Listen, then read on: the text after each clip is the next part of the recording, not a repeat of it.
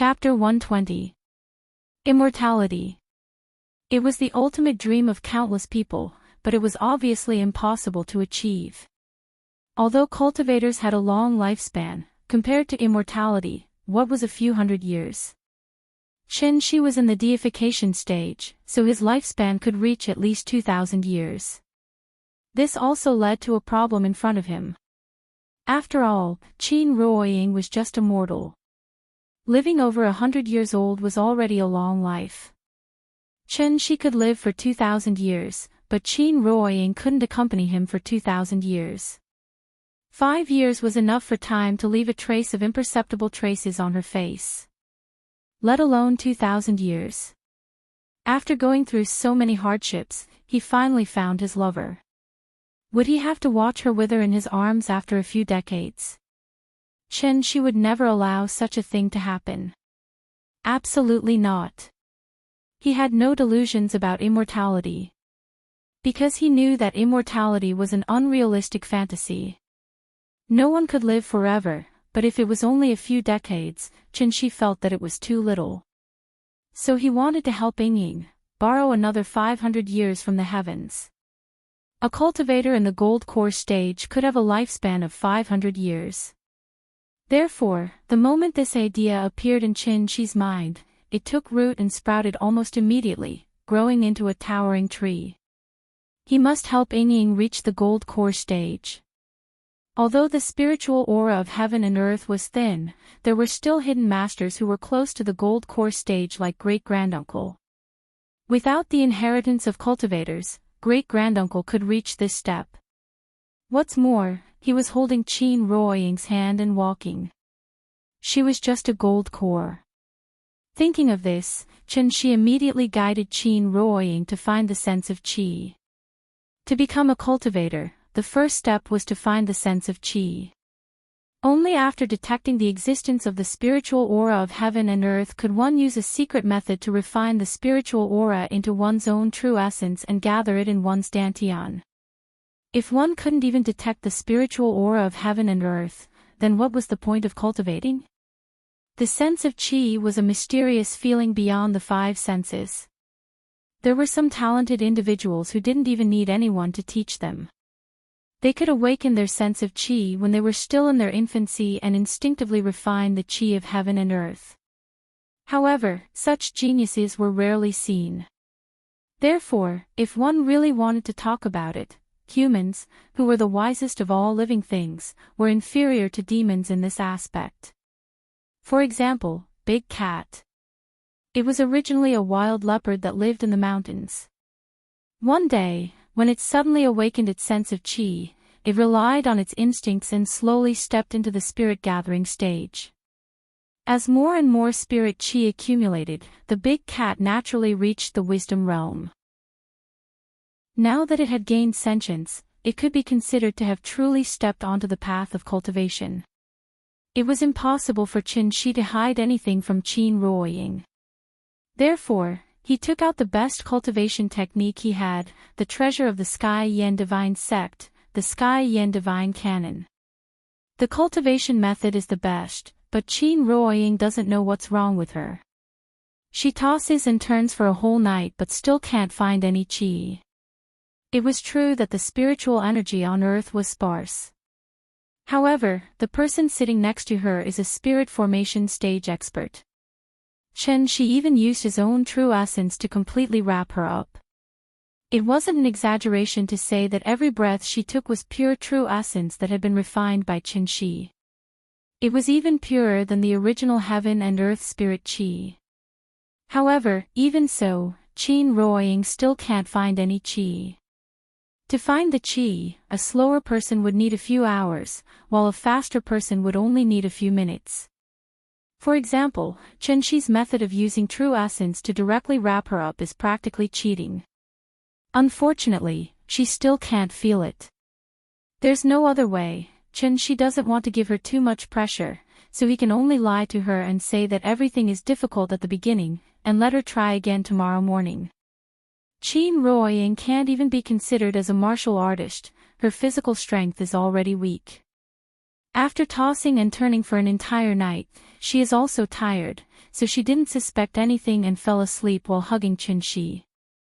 The next day, Qin Shueching bought breakfast as usual. After breakfast, Qin took the little fellow to do morning exercises in the courtyard. Qin Ruoying stayed in the house to continue to search for the qi. However, until lunchtime, Qin Ruoying still can't find the qi. At this time, Qin can't help but feel anxious. Immortal cultivators are divided into realms, and every time a cultivator crosses a major realm, they will have an extraordinary transformation. However, the advancement of this realm is extremely difficult. Many people with mediocre aptitude may even be trapped in the qi refinement stage for their entire lives, and can't make any progress. He has been in the Tianyuan world for more than 500 years, and he has never heard of anyone who can't find the qi. If you can't find the qi and can't even enter the door, what kind of cultivator are you? Could it be, is it because the cultivation methods of the Tianyuan world can't be used on Earth? Thinking of this, Qin immediately found Qin Shueching, and then taught her a set of ordinary cultivation methods. Qin Shueching thought that Qin taught her the cultivation method of the necromancer, so she immediately began to search for the qi according to what he said. However, Qin Shueching and Qin Ruoying are in the same situation. The two of them struggled until the afternoon, but still couldn't find the qi that Qin was talking about. If they can't find the qi, it means that they can't cultivate. The matter is a bit serious. Qin hesitated for a moment, and then took the set of cultivation methods to Qin Yongyan, and prepared to let his father-in-law try it. Qin Yongyan is also a Dan stage grandmaster. After seeing how powerful Qin is, he has always been very interested in Qin's cultivation methods. So now that Qin came to him with the cultivation methods, Qin Yongyan immediately smiled and practiced according to what he said. The same treatment as Qin Shueching. As soon as Qin Yongyan closed his eyes, Qin wrapped him with vital essence. However, after a few seconds, Qin Yongyan suddenly opened his eyes and chuckled. Is this the qi sense you were talking about? It's really a strange feeling. You feel it? Qin's expression changed abruptly. He immediately withdrew his vital essence, and then asked nervously, then try again. See if you can absorb the surrounding spiritual qi into your body through this set of cultivation methods. Okay, I'll try. Qin Yongyan sat cross-legged on the ground with his hands on his knees, and then practiced according to the cultivation methods given by Qin. Qin looked at Qin Yongyan nervously. After about 10 minutes, Qin suddenly felt that the spiritual qi around Qin Yongyan began to flow slowly. Although it was extremely weak, it proved that there was nothing wrong with the cultivation methods. He could cultivate. Since there was no problem with the incantation, then what was the problem? With a stomach full of doubts, Qin quickly returned to the west wing. Qin Ruoying was sitting on the bed, trying hard to find the qi. After hearing Qin say that cultivation could prolong life, she was completely moved. After all, if possible, who wouldn't want to live a few more years? She worked very hard. Because she also wanted to be with Qin forever, until the end of time. The little girl sat on the bed, watching cartoons while curiously looking at Qin and Qin Ruoying. Chapter 121. Since Qin Yongyan could cultivate it, it meant that there was nothing wrong with the cultivation technique itself. The Sky Yan God Sex cultivation technique was based on righteousness and there were no shortcuts. However, it was a path that led straight to the Mahayana realm. Of the two cultivation techniques, one was the foundational cultivation technique for new disciples and the other was the Sky Yan God Sex secret scripture. However, to cultivators in the qi refinement stage, there was no difference between the two cultivation techniques. The great Tao flowed like mercury and every grain was round. It was impossible for the Sky Yan God sect to keep their cultivation techniques to themselves. Allowing new disciples to cultivate incomplete foundational cultivation techniques was undoubtedly a foolish method of self-destruction. Qin Yongyan could cultivate it, but Qin Ruoying and Qin Shuoqing could not sense qi. This made Qin Shi very suspicious. If it was not a problem with the cultivation technique, could it be gender? However, that was obviously impossible. The Sky Yan God scripture did not have any requirements to be passed down to males and not females. As the sect master's daughter, Yu Zijin had cultivated the Sky Yan God scripture earlier than him. Before Qin Shi left, Yu Zijin had already successfully stepped into the divine transformation stage and was given the title of Goddess Zijin. What exactly was the problem? Qin Shi stood beside Qin Ruoying and looked at his lover's diligent appearance. The pressure in his heart increased. He could help her refine pills to forcefully raise her cultivation, but that would be meaningless. Was it really that difficult to sense qi? Qin Shi was at a loss. At this moment, the little guy who was sitting on the bed was suddenly amused by the cartoon and laughed a series of loud laughter. Qin Shi looked at the little fellow. After thinking for a while, he came to the little fellow's side and asked softly, "Nian Nian, can you help Daddy with something?" Hearing this, the little fellow immediately jumped into Qin Shi's arms and laughed, "Okay. What can I help Daddy with?" Sit properly first and then follow Daddy's instructions to sense. Under Qin Shi's guidance, the little guy assumed a proper posture with his 5 hearts facing the sky. After that, Qin Shi gently wrapped her with his true yuan. "Nian Nian, use your heart to sense. Are there many things floating around you like dandelions?" The little fellow obediently closed her eyes and sensed for a while, but she did not feel anything. Thus, she wrinkled her little nose and sniffed around, like a cute puppy sniffing around. Qin Shi looked at her appearance and knew that she was unable to calm her heart. Nian Nian was still too young and it seemed like she was unable to understand what he meant. Thinking of this, Qin Shi couldn't help but sigh, ready to give up. He actually wanted to let a child to try, however, the little fellow's happy's true. "Daddy. I see a lot of the bubbles." She did not it was that she was with her eyes was with Lin. The little fellow happily stretched out her fingers and kept poking in the air. Seeing this, Qin Shi was stunned. Nian Nian, this naughty little girl, could sense the qi. Because he was a little suspicious of the little fellow's feeling, Qin Shi deliberately scattered his true yuan and guided her to find it. However, what Qin Shi did not expect was that the little fellow could actually accurately point out the location of each ball of true yuan. "It's so fun. It's so fun." The little guy closed his eyes and started to shout happily. In the darkness, she felt that there were countless glowing bubbles around her, slowly flowing around her. Qin Shi withdrew his true yuan. The spiritual qi of heaven and earth was too thin, so the moment he withdrew his true yuan, the little fellow immediately lost her sense of the spiritual qi of heaven and earth. "Daddy, it's gone. The bubbles are gone." The little fellow pouted and opened her eyes. Then she lay on the bed, looking for the bubbles that came out of nowhere. Qin Shi looked at the little fellow silently. He would not consider letting the little fellow start cultivating for the time being. After all, Nian Nian was only a 4-year-old child, and this was not the Tianyuan world. In the future, Nian Nian would have to go to school.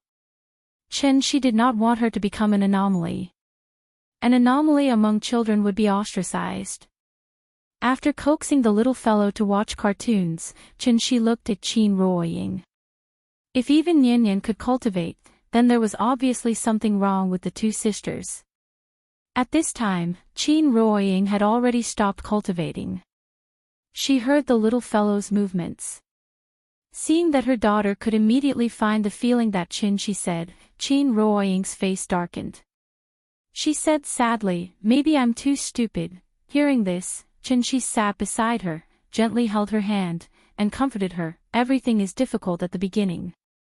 Children are the spirits of heaven and earth and have not been affected by the turbid chi of the world, so it's easier for them to find that feeling than adults. In order to prevent her from doubting him, Qin Shi even used his sister-in-law as an example to comfort her. You're not stupid, and neither is Hua Qing. Hua Qing reached the martial Dao master realm in her 20s. She's already a rare martial arts genius in this world. Even a genius like her can't find the chi, let alone you, an ordinary person who has never cultivated before.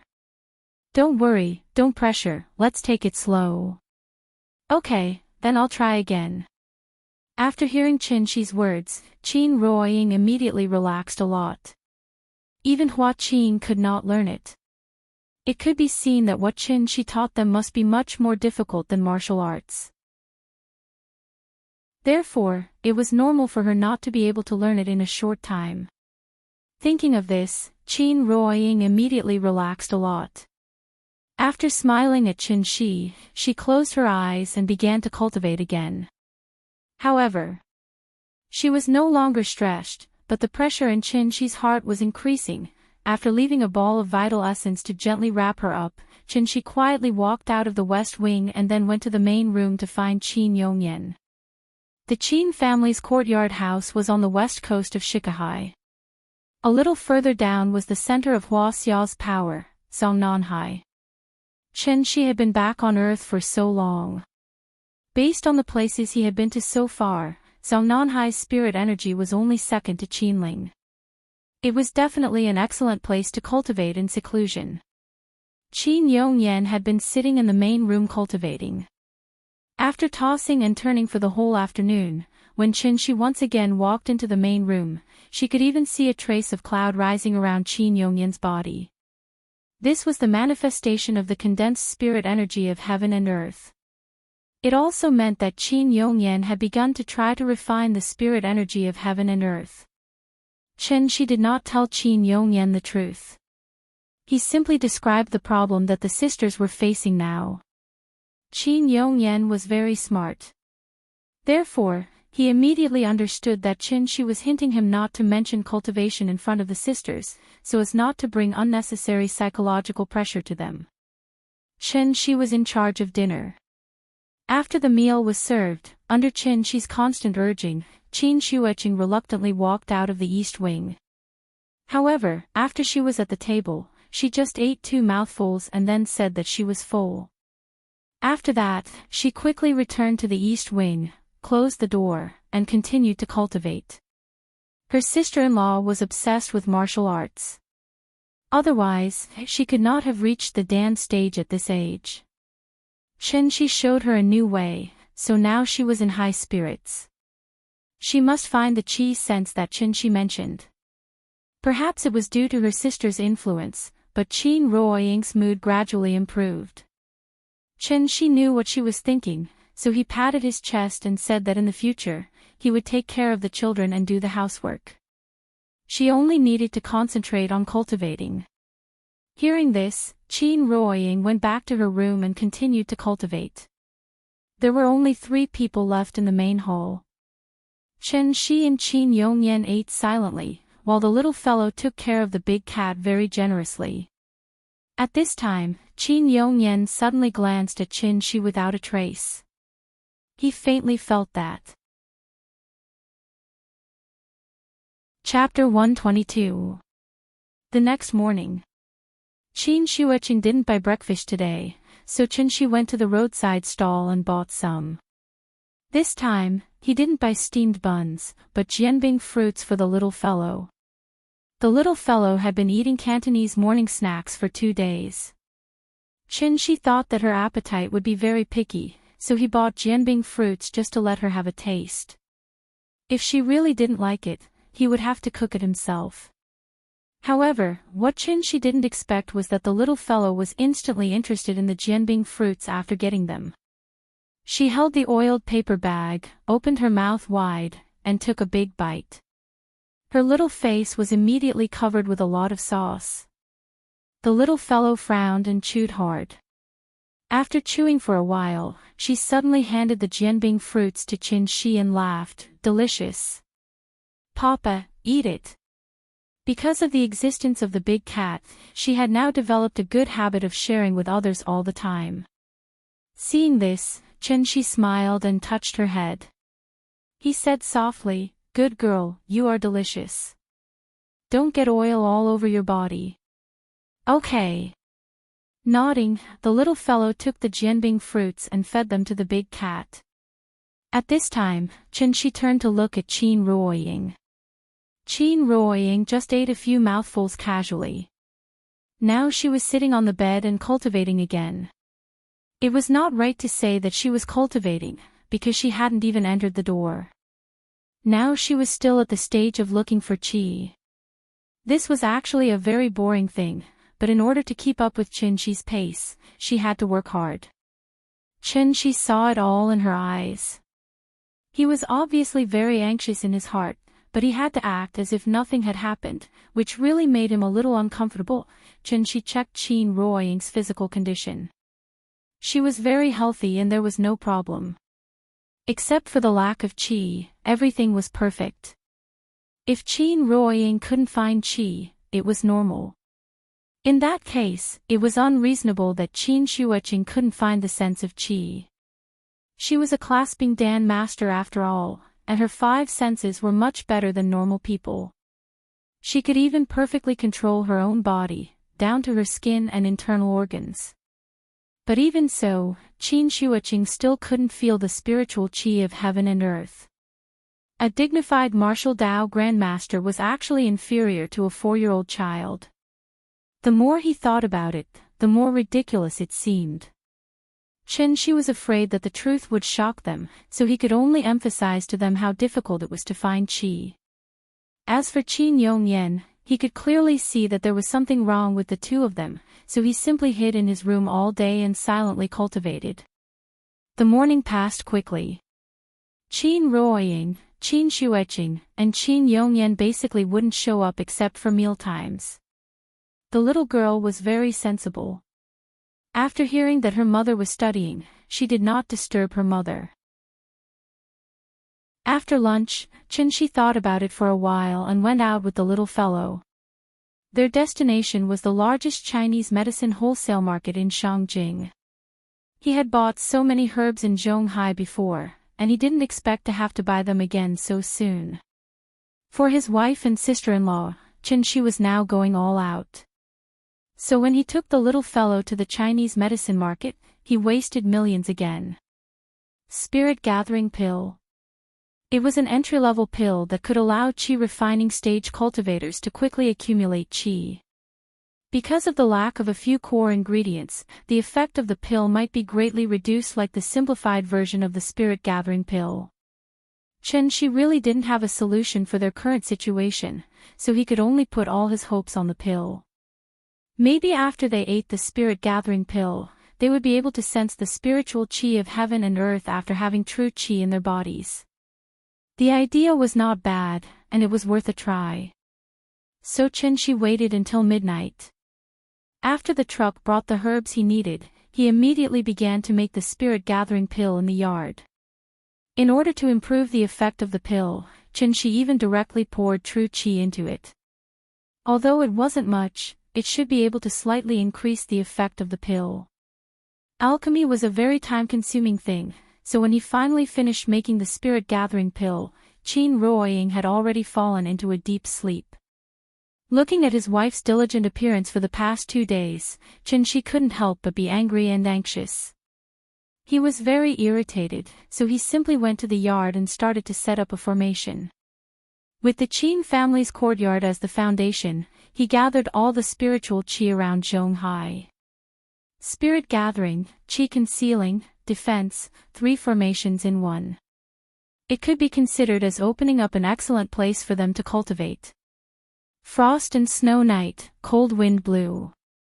Dongming Alley was peaceful and tranquil, a stark contrast to the noisy Hohai bar. Chen-Shi stood alone on the roof of the main hall, looking at the cold crescent moon. His heart was filled with endless anxiety. No matter what, he had to let Ying step into the Aura's core stage. He stood there for an entire night. It wasn't until the sun rose from the east, and when a hazy glimmer appeared on the horizon, that Chen-Shi knocked on his sister-in-law's door. His sister-in-law was a master, she only needed to rest for 2 hours a day, so when Chen-Shi knocked on the door, she had already started cultivating. Chen-Shi handed her a spirit-gathering pill. She didn't ask any questions, directly swallowed it, then returned to her room to continue cultivating. Chen-Shi, on the other hand, stood outside the door, silently sensing the movements in her room. There was still something wrong. Even though the spirit-gathering pill didn't have an immediate effect, but shouldn't there be some reaction? Why wasn't there any movement at all? Chen-Shi anxiously paced back and forth in the yard. After an unknown amount of time, the little fellow slowly woke up. Chen-Shi hurriedly ran to buy breakfast, then helped her get up and wash up. Qin Ruoying sat on the bed and looked at Chen-Shi, who had finished her work. Suddenly, she sighed softly. After all, he was the one who slept beside her. So no matter how well Chen-Shi hid it, Qin Ruoying still keenly sensed that something was wrong with him. But she didn't say anything. After a simple breakfast, she silently sat on the bed and continued cultivating. Chen-Shi fed her the spirit-gathering pill, indicating that she should relax, then went to find Qin Yongyan again. At this time, Qin Yongyan had already successfully cultivated a trace of true essence. Even though it was very small, it represented that he had become a true cultivator. Chen-Shi hesitated for a moment, but still handed the spirit-gathering pill to him. Hearing Chen-Shi say that it was helpful for cultivation, Qin Yongyan immediately swallowed it. The spirit-gathering pill melted in his mouth. Qin Yongyan was stunned for a moment, then hurriedly sat cross-legged. Chen-Shi stood next to him, silently sensing the changes in the spirit qi around him. 10 minutes later, Chen-Shi came to the courtyard. He looked at the west wing, then looked at the east wing. Then he turned around and looked at the main hall. The door of the main hall was wide open. From his position, he could just see the large red sandalwood table carved with dragons. On top of the table was Li Bai's, gazing at the Heavenly Gate mountain. The Heavenly Gate is broken and the Chu River is opened. The blue water flows east. Suddenly, a murderous aura suddenly exploded from his body. A formless energy quickly spread out with him as the center. It was as if a stone had suddenly been dropped into a calm water surface, causing ripples to appear one after another. Crack! In the small courtyard, the blue stone slab shattered. Following that, the ground beneath his feet suddenly sank nearly a foot deep. Chen-Shi looked up at the sky with a gloomy face. He finally knew why. Qin Ruoying, Qin Xueqing. Chapter 123. Sai Courtyard. The bluestone floor in the inner courtyard was completely shattered, and the ground strangely sank nearly a foot deep. Because it was covered by snow, when the ground broke, it did not raise too much smoke and dust. Chen-Shi stood in the middle of the courtyard silently. This movement also alarmed the others in the courtyard. The little fellow was the first to run out. When she came out of the door, she saw the movement made by Chen-Shi. Wow, the scene in front of her completely shocked the little fellow. She opened her small mouth and opened her eyes wide, looking around curiously. The courtyard seemed to have been hit by a meteor. The closer to the center of the courtyard, the deeper the ground collapsed. The originally flat bluestone floor had been completely destroyed, and the collapse of the ground also caused a lot of soil to be turned up. It looked like the scene of a forced demolition. The little fellow stepped forward and carefully walked down the steps. She was very smart. She knew that the bluestone floor could not be stepped on, so she carefully stepped on the mud, and then by holding her hands flat to maintain her balance, she moved closer to Chen-Shi step by step. Because it was winter, the soil was frozen very tightly, so it became very slippery. If she was not careful, she would slip. The more she moved forward, the more difficult it was to move forward. The little fellow took only 2 steps forward, and suddenly she staggered and almost slipped. She waved her little hands and tried to maintain her balance, but after standing firm, she did not dare to move forward. Therefore, she had to stand there honestly, pouting and shouting timidly, "Papa." Her voice was very small, but it suddenly pulled Chin-Chi's thoughts back. Chen-Chi hurriedly turned her head to look, just in time to see the little girl's pitiful appearance, so she quickly came to her side and directly carried her up. Chen-Chi carried her back to the steps of the west wing, and the little fellow lay on his body, constantly looking back at the scene in the center of the courtyard. With her current experience, she obviously could not understand what was going on, so she could only ask with some doubts, "Papa, what's going on?" "Well, it's nothing. It was a small earthquake just now." "What is an earthquake?" Chen-Chi choked on her question. After thinking about it, he held the little fellow and shook her up and down. Then, he said with a smile, "This is an earthquake." Little rascal's head was shaking from his shaking, even more than when he was riding Big Cat. However, perhaps it was because of the experience of riding the big cat that the little guy did not seem to be afraid even under such violent shaking. Instead, he hugged Chin-Chi's head and shouted, "This is so fun." Hearing this, Chin-Chi hurriedly stopped what he was doing, and then warned with a serious expression, "That's not right. Not fun at all. Earthquakes are very scary. When it happens, you have to hide in a safe place, such as the kitchen, the corner of the bathroom, or under the table. Do you understand?" "Oh." Seeing the serious look on Chin-Chi's face, the little fellow immediately stopped laughing and nodded, pretending to be serious.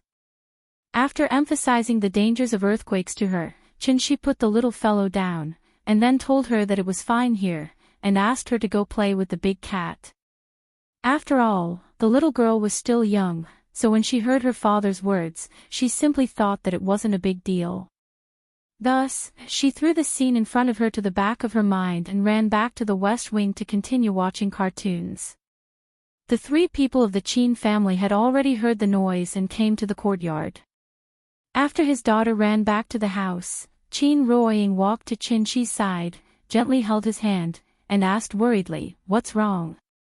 Chin-Chi did not speak, but pulled her directly to the main hall. In the main hall, Qin Yongyan had been waiting for a long time. After Qin Shuiqing also arrived, Chin-Chi looked at the Heavenly Gate mountain again, and then asked in a deep voice, "What is the Heavenly Gate?" Hearing this, Qin Yongyan's eyelids suddenly twitched, and his expression became more serious. Qin Ruoying and Qin Shuiqing looked at each other, and their faces were full of doubts. Heavenly Gate, Xian knew Qin-Chi had never cared before. He returned from the Tianyuan world, and returned to an environment with sparse spiritual energy like Earth. Even if all the masters in the world were gathered in front of him, a dignified soul formation cultivator, coming to such a degenerate planet, it would only be a matter of one move. It was like putting an MMA fighter in a nursing home or kindergarten. He could easily punch the Nanshan nursing home and kick the Beihai kindergarten. Therefore, Chin-Chi had never cared about the inheritance on Earth. But now, he found that he was wrong. He was ridiculously wrong. Qin Yongyan and Ningyan could cultivate.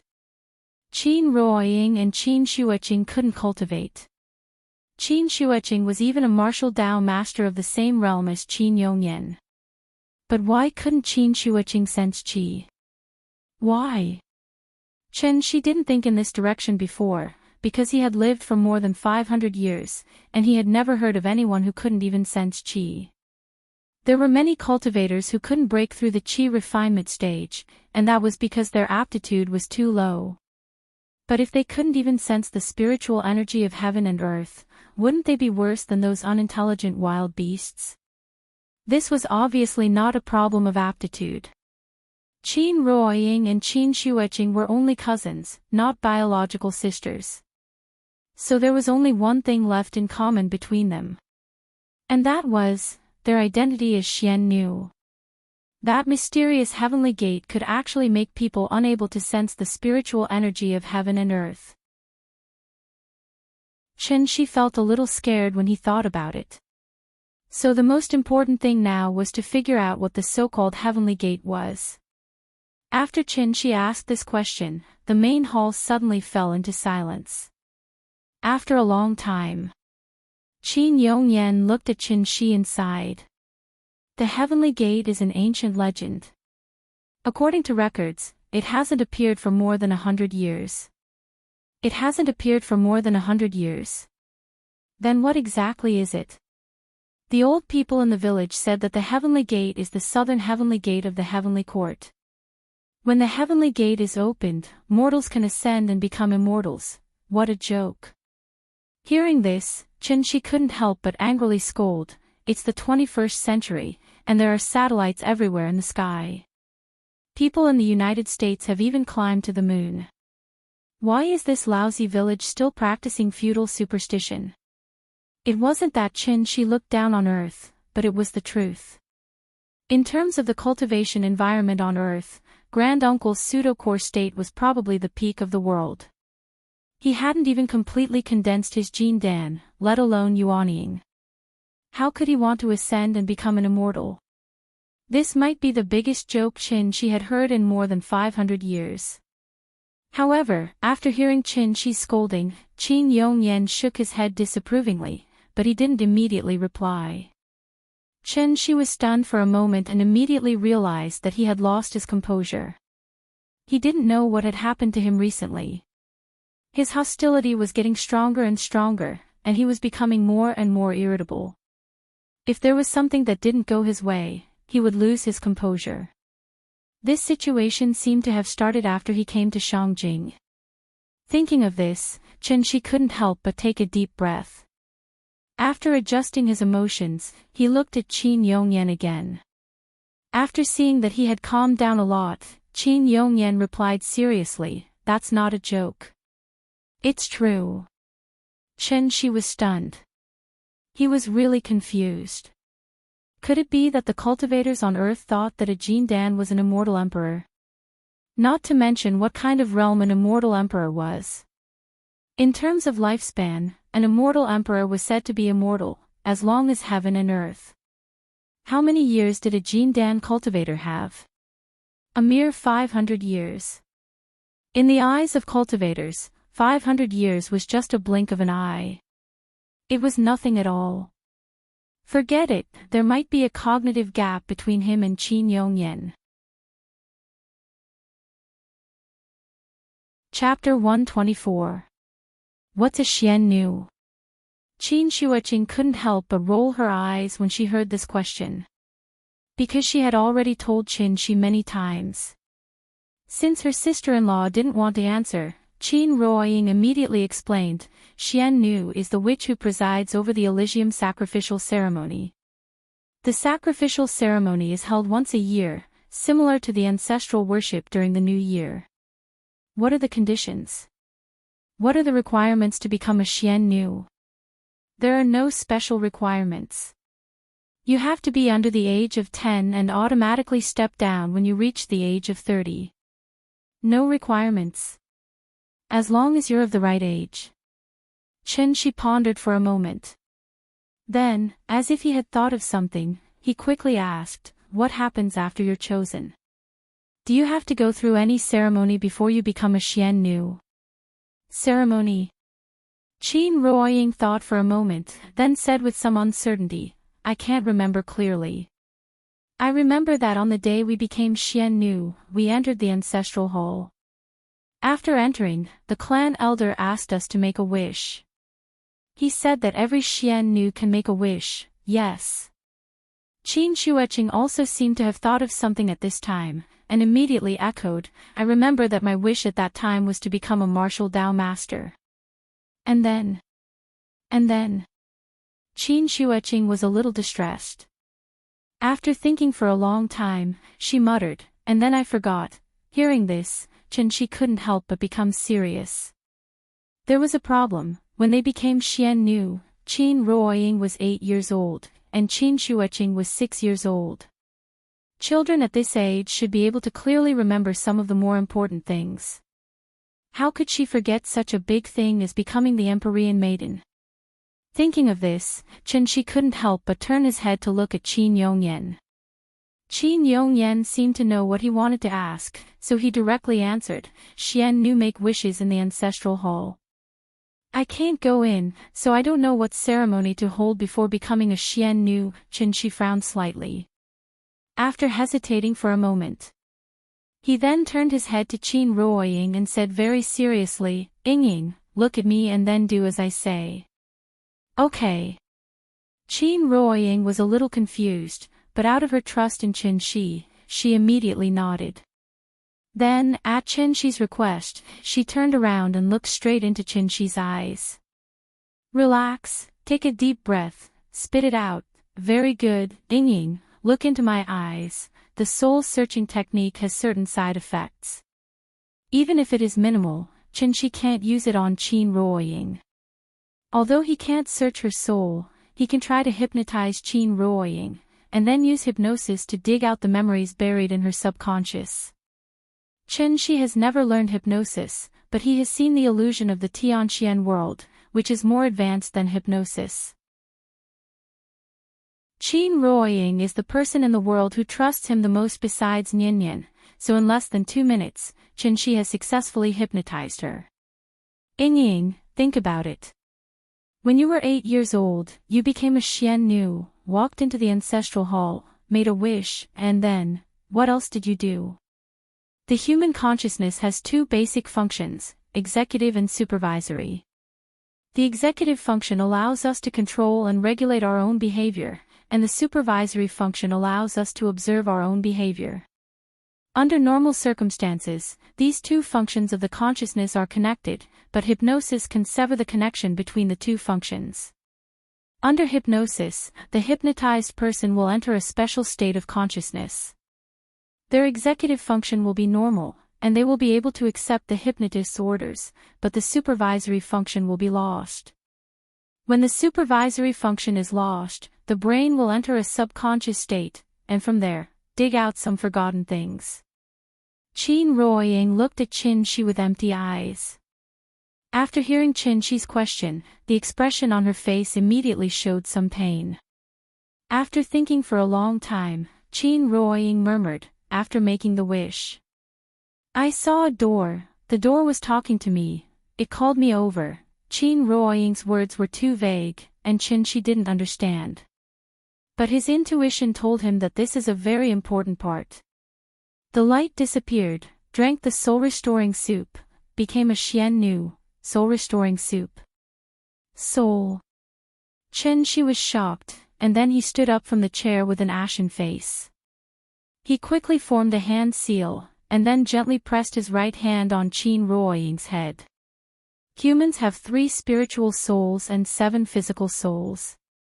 After a person dies, the 7 physical souls will disperse, and then the heaven soul will ascend to heaven, the earth soul will enter the earth, and the life soul will enter the cycle of reincarnation. The heaven soul is yang, the earth soul is yin, and the life soul is yang. Therefore, the earth soul is also called the yin soul. Chen-Shi's soul was damaged, so even though he was with Qin Ruoying every day, he didn't realize it. Qin Ruoying's soul was damaged. The 7 physical souls are all there, but one of the 3 spiritual souls is missing. She lost her earth soul, so no wonder she couldn't find Qi. One of the 3 spiritual souls is missing, so she can't be considered a complete person. How can she embark on the orthodox path of immortality? At this thought, Chen-Shi immediately went to Qin Shuoqing's side. He didn't say anything, and directly placed his hand on Qin Shuoqing's head. Qin Shuoqing was stunned. Before she could react, Chen-Shi had already retracted his hand and stood beside Qin Ruoying. He lightly brushed his hand across Qin Ruoying's face, and then couldn't help but murmur, no wonder you guys can't find Qi no matter what. So the price to become Xian Nu is to give up the earth soul. To mortals, missing one of the 3 spiritual souls was not a fatal problem. Missing one spiritual soul meant that the body was weak and sickly. Missing 2 spiritual souls meant that the body was in a coma. Missing 3 spiritual souls meant that the 7 physical souls would disperse, and the person would die. The so-called soul recovery soup was probably a prescription to allow Xian Nu to live like a normal person. Without the Earth soul, Xian Nu would never be able to become a necromancer. Even if she practiced martial arts, she would never be able to break through to the controlled Dan realm. As for cultivating, it was even more impossible. Chen Shi woke Qin Ruoying up. When she woke up, she immediately held her head, as if she had a headache. Seeing this, Chen Shi gently rubbed her acupoints. When she finally felt better, Chen Shi said softly, "Ying, I have to go to the village again." Qin Ruoying was a little confused, and didn't know what had happened. When she heard that Chen Shi was going to the village, she immediately asked nervously, "Go to the village? Why?" "It's nothing. Just rest well. Take good care of Ninian. Don't let her know that I'm gone. Don't worry, I'll definitely be back before the afternoon." Seeing Chen Shi's serious expression, Qin Ruoying could only nod and agree. She opened her mouth, wanting to say something. But at this time, Chen Shi had already turned and walked out of the main hall. Qin Ruoying hurriedly got up and chased after him. But when she walked out of the main hall, Chen Shi had already soared into the sky, disappearing from her sight in the blink of an eye. Qin Ruoying stood outside the main hall, looking at the slightly gloomy sky. After a long time, she lowered her head and looked at the limestone fragments in the courtyard. A trace of worry flashed across her face. Why did he go? Chapter 125. Winter in the Qinling Mountains was very dark. It was clearly noon, but the visibility in the mountains was never more than 200 or 300 meters. The fog was thick and the snow was white. This small village hidden in the valley was as quiet and peaceful as ever. Outside the solemn ancestral hall, the huge bronze cauldron had been carefully cleaned. The accumulated snow on top of the cauldron had also been cleared away, revealing the thick and dignified aura of a bronze artifact that had been buried in snow for a long time. The originally empty square was now filled with countless ritual tools and props. Great-granduncle's body was nowhere to be found. According to the tradition of the village, after setting up a cenotaph for him, he still needed to be held in the square outside the ancestral hall for 7 days and 7 days before the burial ceremony could be held. The main character of this funeral was only great-granduncle. Third uncle was on the verge of death, but he was lucky enough to survive. Third uncle would probably secretly rejoice when he woke up. Zhao Xinghuai and Li Hoan hid in the house and drank to drown their sorrows. The sweet and bitter taste entered their throats, but the two of them wanted to get drunk. However, their cultivation was so high that even getting drunk had become an extravagant hope.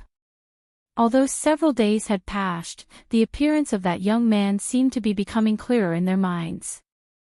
Zhao Xinghuai and Li Hoan were the same age, and 2 years older than Qin Yongyan. The village was not a sect, nor was it a family clan. This was an ordinary village with a few hundred families living in it. Of course, this village had its own special characteristics. The 100 schools of Qi men and the 6 paths of miscellaneous studies. Each family might have a different inheritance. Zhao Xinghuai, Li Hoan, and Qin Yongyan all learned martial arts, so they had been very playful since they were young. As the backbone of the village, Zhao Xinghuai and Li Hoan had always had their own pride. Third uncle was their role model. Great-granduncle was their dream. But now, everything had been shattered. Until that day, they finally understood what was power. That was absolute power, and also a power that made people despair. Everyone was frightened. Even though the great-granduncle, who was the most senior, the strongest, and the most respected person in the village, died on the spot, no one dared to stand out and say that they would avenge him. The elders were silent. After great-granduncle died, the 7 elders didn't even dare to show their faces. They just let that man swagger away, old Qin was incredible. She gave birth to a good daughter, and her daughter found a good son-in-law. Who would have thought that after competing with Qin Yongyan for most of their lives, they would lose in this aspect? The more Zhao Xinghuai thought about it, the more frustrated he felt. He picked up the earthen jug and drank from it. Li Hoan was stunned for a moment, then he raised the earthen jar and clinked it with him. It was still snowing outside. After drinking this jar of wine, they had to go out and clear the snow to prevent the bronze cauldrons and magic tools in the square from being buried by the snow. After all, it was the great-granduncle's sacrificial offering. They couldn't be too shabby. Both of them were grandmasters of the dance stage, so after drinking, they casually put on a thin layer of clothing and walked out of the door. Then they took a broom and swept the snow on the ground. It was obviously noon, but because the fog blocked the sun, the whole sky looked very gloomy, as dreary as before a rainstorm. The gloomy weather made people feel even more gloomy. Bah, this damn weather. Zhao Xinghuai cursed bitterly as he swept the snow with a broom. Suddenly, he seemed to feel something, so he quickly looked up at the sky. He saw that in the foggy sky, there suddenly appeared a faintly discernible black spot. The black spot was getting bigger and bigger. Zhao Xinghuai couldn't help but straighten his body, looking up to see it more clearly. Old Li, look. Their eyesight was far better than ordinary people, so Li Hoan immediately found that very small black spot. It seemed to be a person. In just a breath's time, that black shadow had already flown directly above their heads. At this time, the two finally saw the figure clearly. It was him. Even if this young man turned into ashes, he would be able to recognize him at a glance. Zhao Xinghuai was shocked. Almost without thinking, he raised the broom and put on a defensive posture. However, the young man flying in the sky didn't seem to see them at all. They didn't see him do anything, but a long sword suddenly appeared in his hand. Oh no! As soon as he saw the sword, Zhao Xinghuai panicked. But before he shouted, he saw the young man gently slashing the sword at the ancestral hall below. A sword gleam with golden light shot out. As the sword gleam flew toward the ancestral hall, it slowly became bigger. At first, it looked like an ordinary long sword. In the blink of an eye, it had become dozens of times bigger. When it was about to reach the ancestral hall, the sword gleam seemed to have become a high-speed train, directly hitting the middle of the ancestral hall's door. Boom! The ancestral hall's door exploded with a loud bang, immediately setting off thousands of violent turbulence. The wooden door was swept by the violent turbulence, instantly smashed into countless pieces. However, it wasn't over yet. After hitting the ancestral hall's door, the sword gleam didn't stop. Like a train that didn't stop, the sword gleam passed through the front yard, crushed the main hall, and only stopped when it hit the hillside behind the ancestral hall. This young man's casual swing of the sword actually cut the ancestral hall in half. The sword gleam disappeared. The violent turbulence that it set off became even more violent. Zhao Xinghuai stood in the square, holding his dantian and crossing his arms in front of him. The violent flying sand and gravel kept hitting his body, causing his skin and flesh to hurt. If he continued to resist like this, he might suffer unnecessary injuries. So Zhao Xinghuai thought for a while, and had no choice but to put down his pride as a grandmaster. He suddenly lay on the ground, then covered his head with both hands, and prayed that the storm would soon subside. After a long time, the turbulence finally calmed down, and the smoke and dust dissipated. The solemn ancestral hall had been split into two, as if the middle part had been forcefully removed. It was a scene of broken walls and ruins. Zhao Xinghuai lay on the ground. After feeling that the storm had subsided, he secretly raised his head to look at the situation. Li Hoan lay not far away from him. The open space around the square was full of broken wood and gravel, and the ancestral hall was also split in half. He hesitated for a moment, then raised his head to look at the sky. That young man, holding a long sword, he looked like a god descending from the heavens, looking down on all living beings with an expressionless face. He gently landed not far in front of Zhao Xinghuai. Then, his voice slowly reached Zhao Xinghuai's ears. "I don't want to kill for no reason, so I want to ask you to tell me, Xian Nu's ghost, where is it?" These words were not directed at Zhao Xinghuai alone. His voice was very soft, but it rang in every corner of the village at the same time. The tranquility of the village was broken. Countless people came out of their rooms and rushed toward the square. Looking from the sky, it was like a piece of white paper suddenly appeared with many ants. The crowd was crowded, but no one dared to approach the square. Chen Shi held a long sword, silently looking at the ancestral hall in front of him. Suddenly, a group of old men came out from the ruins of the ancestral hall. There were a total of 7 of them, all wearing white training clothes, and they were of different sizes. The leader was holding the dragon-headed walking stick of great-granduncle that day. He probably took over great-granduncle's position after his death. The 7 old men stood on the steps, looking at Qin Shi from afar. After hesitating for a moment, the leader of the old men sighed softly, "You are already a heavenly being at such a young age, why do you have to force us old bones?" Hearing this, Chen Shi could not help but sneer, "Hand over the Xian'in's soul, and I promise not to hurt anyone." As his voice fell, the leader of the old men fell silent. The few old men beside him could not help but have a slight change in expression. Immediately after, they silently communicated with their eyes. This ancient village hid many secrets. For example, Xian Nu's ghost was actually the key to opening the Divine Gate. The Divine Gate had not appeared for more than 100 years, and Xian Nu had been replaced by batches. It was not until this batch that they finally received a heavenly warning, confirming that the Divine Gate was about to open. This was also their last chance.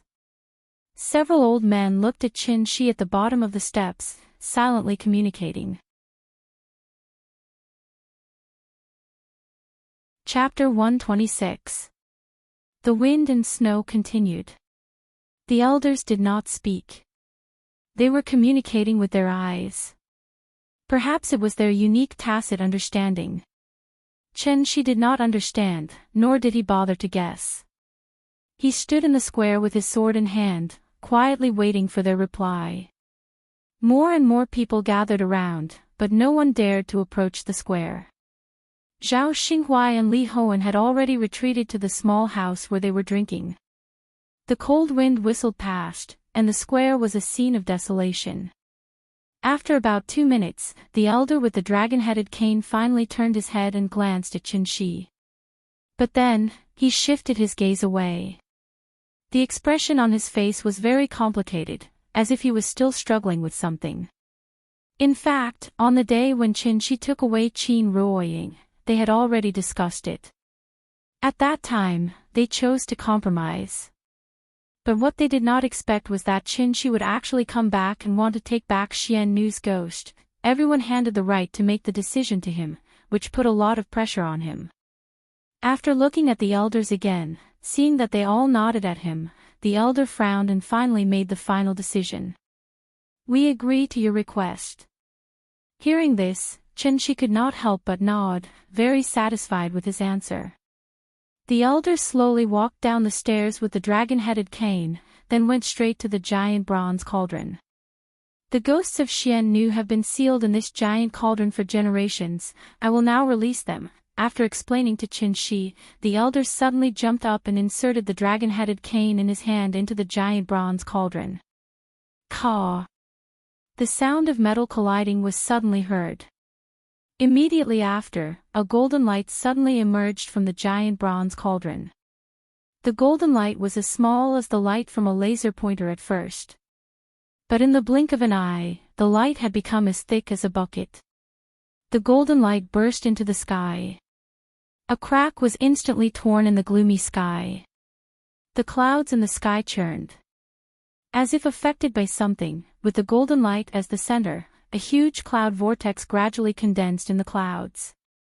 What was even stranger was that the cloud vortex was rotating at a speed visible to the naked eye. The old man standing beside the giant cauldron became excited when he saw the scene in front of him. Suddenly, a faint fluorescent golden barrier appeared above the village, instantly enveloping the entire valley. Then, a strong vibration came from the ground, as if there was an earthquake. Immediately afterward, a golden light pillar as thick as a bucket rose from the four corners of the valley. These 5 pillars of light seemed to be the pillars of the barrier. When the light pillars rose from the 4 corners, the barrier in the sky became even more dazzling. The barrier was like a golden tortoise shell, encircling the valley where the village was located. The wind and snow that filled the sky suddenly stopped. The sun broke through the clouds. Almost instantly, everyone felt their eyes light up, and their vision widened a lot. Formation array. Seeing this, Chen-Shi couldn't help but frown. He still remembered that there was a stone tablet at the entrance of the village, with the word Fong Cun written on it. So he turned his head to look at the entrance of the village, only to find that the stone tablet was located at the place where the light pillar rose. He originally thought that this village only had a simple concealment formation, but after it was activated, Chen-Shi found that this formation array was no small matter. There were only a few functions of the formation array: trapping, killing, illusory, and some non-offensive auxiliary formations, such as breath concealment and spirit gathering. This formation array was arranged according to the terrain of the dragon vein, and could be said to be very expensive. After the 5 light pillars rose, the spiritual energy of heaven and earth in the entire formation suddenly swept over like a tide, wave after wave. Chen-Shi hadn't felt this surging spiritual energy of heaven and earth for a long time. But it was a little strange. With the conditions of the earth, even if it was a spirit-seizing formation set up by a Dongshu stage cultivator, it was impossible to set off such a strong spiritual energy tide in such a short time. Chen-Shi thought for a while. Then he suddenly understood. The formation in front of him was not a spirit-seizing formation, but a composite formation with both spirit-gathering and spirit-binding functions at the same time. The formation used the valley as the base, the 4 stone tablets in the 4 directions as the formation door, the giant bronze cauldron in the center of the square as the formation eye, and the valley terrain as the formation pattern. After the formation was set up, it would continuously seize the spiritual energy of heaven and earth from the Qinling Mountains, and then bind the spiritual energy within the formation. To seize such a large amount of spiritual energy of heaven and earth from the earth, this formation array was set up at least 500 years ago. The spirit-binding formation was a one-time use formation. After it was activated, the spiritual energy of heaven and earth accumulated over the years would burst out at once. In the heavenly jade world, cultivators above the golden core stage would usually set up a spirit-binding formation in their cave abodes, in case of emergency. This was like rain from the sky. So, Chen-Shi hurriedly sat cross-legged on the ground, taking advantage of the surging spiritual energy tide, and began to cultivate crazily. The opportunity couldn't be missed, so Chen-Shi didn't want to investigate why the old man suddenly activated this one-time auxiliary formation array. However, not long after he sat down cross-legged, the 4 light pillars in the north, south, east, and west suddenly turned into rainbows, like a rainbow bridge, and suddenly connected with the main light pillar above the giant bronze cauldron. The 5 light pillars suddenly gathered together, and the main light pillar immediately became very thick. Just by looking at its diameter, it was almost the same as the giant bronze cauldron. At this moment, the old man standing below the giant cauldron's face suddenly changed, and a burst of ecstasy appeared on his face. Then, he suddenly knelt on the ground and shouted respectfully, "Welcome, Divine General." Before he finished speaking, a figure walked out of the light pillar. It was a burly man who was almost 2 meters tall. His upper body was bare, revealing his strong muscles. The man called Divine General was floating in midair. After slowly scanning the surroundings, he slowly opened his mouth and said, "Heaven's opening line, you only have the time of an incense stick. Speak." The old man knelt on the ground and looked up at the Divine General in the sky very sincerely. It seemed that he was so excited that his lips moved for a long time, but he didn't say a word. The elder ancestor's words were true. At this moment, Chen-Shi suddenly opened his eyes. He looked at the man flying in the sky, then looked at the old man kneeling on the ground. Then, Chen-Shi's lips suddenly curled into a faint sneer. "I thought you were really going to return Xian Nu's spirit to me. I didn't expect that you just wanted to ask for help. Forget it, since you don't want to give it to me, I'll find it myself." As he said that, he slowly stood up from the ground. After hearing Chen-Shi's words, the Divine General lowered his head and noticed him. One was in the sky. One was on the ground. Chapter 127. The spirit-binding array that had existed for hundreds of years was suddenly activated. Wave after wave of heaven and earth spirit chi surged, giving Chen-Shi an illusion. It was as if he had returned to the Tianxian domain. The surging heaven and earth spirit chi created an extremely comfortable environment for him, so comfortable that all the pores on his body could not help but open up naturally.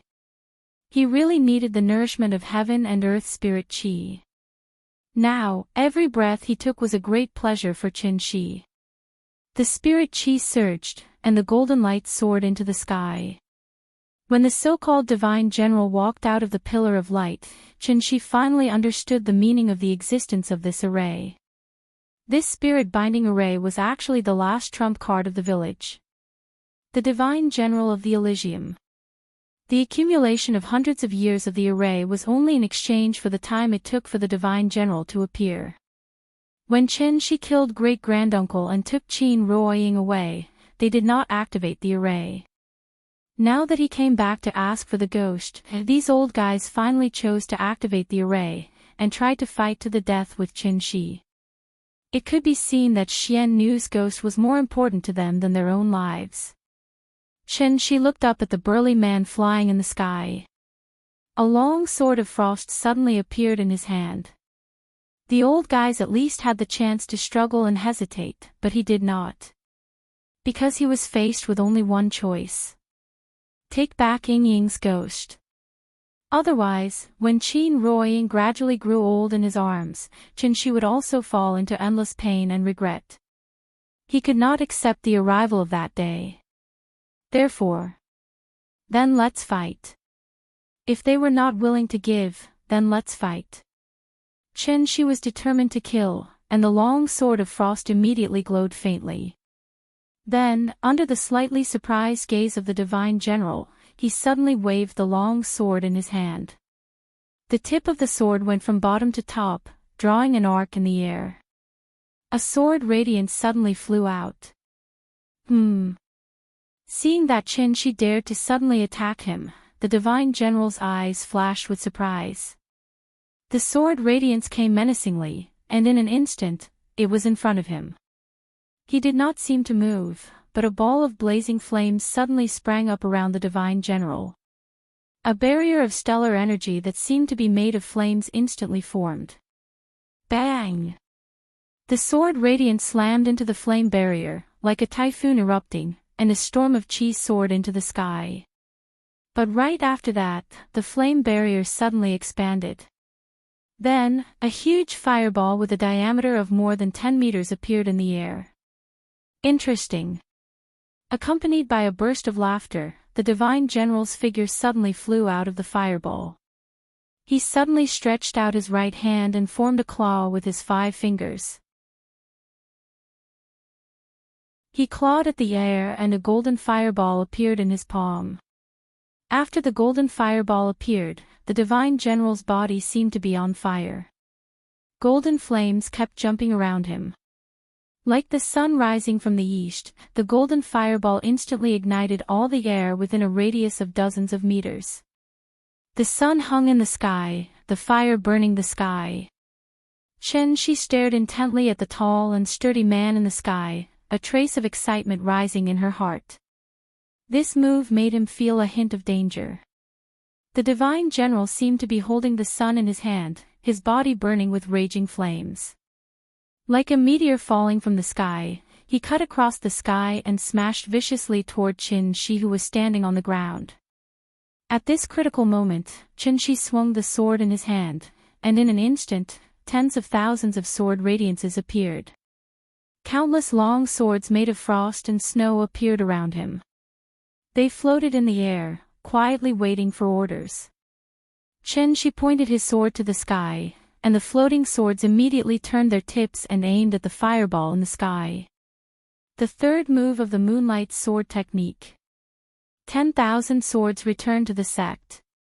The densely packed long swords of frost and snow instantly converged into a long river of sword radiances, like the Milky Way flowing in reverse, and collided with the fireball in midair. The entire sky was instantly divided into two worlds. On one side of the divine general of the stellar of time, flames and snakes of fire danced in the sky. It was as if one was above the sun, the crown flow feathers shining brightly.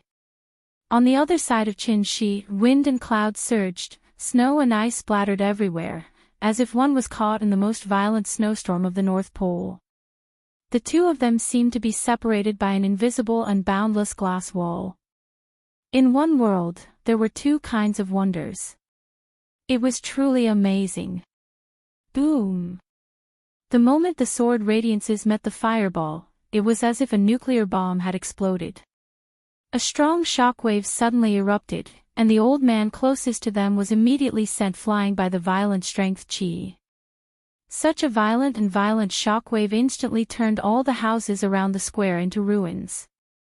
Fortunately, most of the people in the village were not ordinary people, and those who dared to come close to watch the battle were experts of a certain level of strength. But even so, the aftermath of the battle still caused them serious internal injuries. It was too terrifying. Just the aftermath of the battle between the two of them could cause such a huge amount of damage.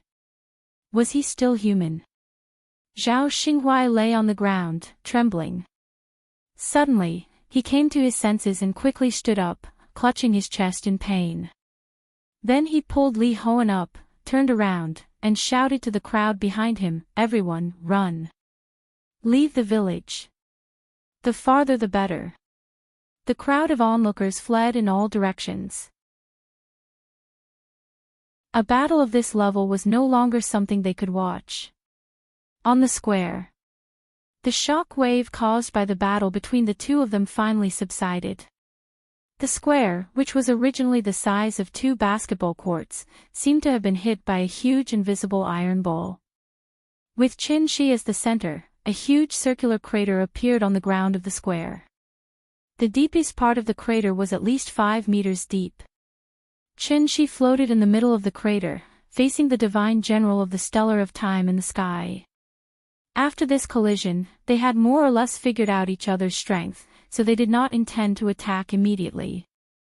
The divine general looked at Shi thoughtfully, then suddenly laughed. "Your cultivation is not very high, but the move you used just now was really powerful." From the looks of it, he seemed to be very interested in the sword art that Shi had just used. "Is that so?" She raised her eyelids and looked at the tall and sturdy man. She couldn't help but sneer. The divine general in front of him was not an immortal cultivator, but after exchanging blows with him, she could roughly estimate his strength. Above Yuanying and below soul formation. What about himself? In fact, he was now like a sorcerer without mana. He still had his realm, but his accumulation of vital energy was far from enough. When the array was activated just now, Shi took the opportunity to absorb a wave of spiritual energy from heaven and earth, which allowed him to successfully use the third move of the Moonlight Sword technique. 10,000 swords returned to origin. Shi floated above the crater, holding the long sword silently, as if he was thinking about something. The divine general did not seem to be in a hurry, because the person in front of him had indeed piqued his interest. After a while, Chapter 128. Wasting time. He was probably stalling for time. After hearing the elder's words, the immortal general lowered his head and looked at Qin-shi with a faint smile. He thought for a moment and suddenly spread his hands. Following that, 2 golden fireballs leaped up from his palms. I'm very interested in the sword technique you used just now. If you give it to me, I promise I won't attack again. He was very interested in Qin-shi's sword technique. The expressions of the few old men who were hiding nearby changed drastically when they heard his words. If the immortal general didn't attack, then after he left, that young man would probably massacre the entire village. If they had known this would happen, they would have just returned the Ian's soul to him. Qin-shi held his sword and floated above the giant pit. He lowered his head and didn't say a word. No one knew what he was thinking. After hearing the immortal general's words, Qin-shi looked up at him. It seemed that he didn't like the feeling of looking up at others. So Qin-shi flew up until he reached the same height as the immortal general. Then, he said calmly, "You want my sword technique? You have good taste." The moonlight sword technique was comparable to the 49 forms of heaven's divination. There were only 3 forms, but the power of these 3 forms would increase as the user's realm increased. Gold will always shine. Your cultivation isn't high enough, so you won't be able to use the true power of this sword technique. Why don't you give it to me? What do you think? The immortal general smiled. As he spoke, he looked at the 2 golden fireballs in his palms. The golden fireballs kept jumping, as if they were silently threatening him. I might not be able to kill you in 30 minutes, but I don't think it'll be a big problem if I want to seriously injure you. The immortal general was very confident, as if he had Qin-shi under control. Hearing this, Qin-shi couldn't help but laugh. This sword technique is called the moonlight sword technique. It's of the yin attribute. It might conflict with your fire attribute technique. That's not important. No one will complain about having too many techniques. The immortal general said indifferently.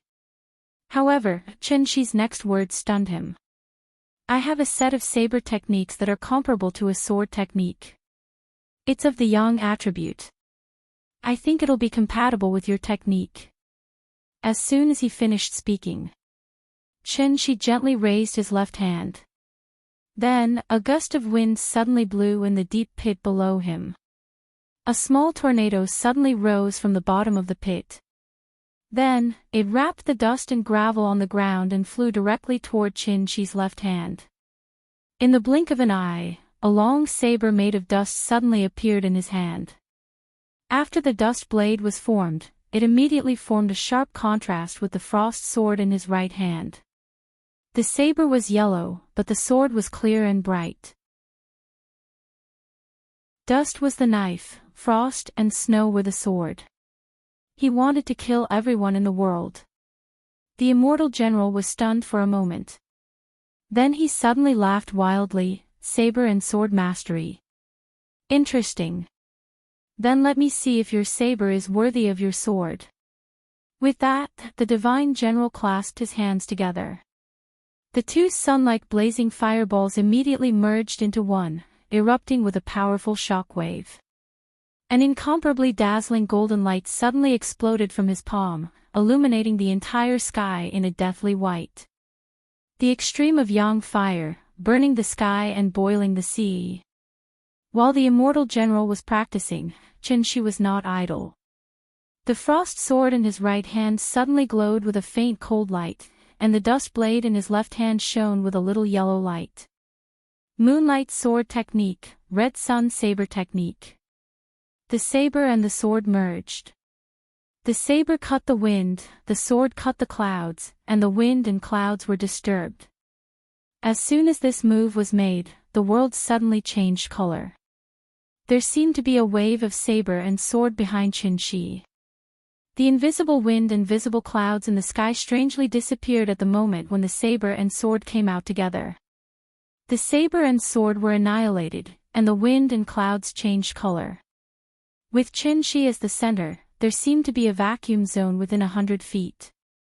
All the wind, clouds, dust, and even the spiritual chi of heaven and earth were expelled from the battlefield by him.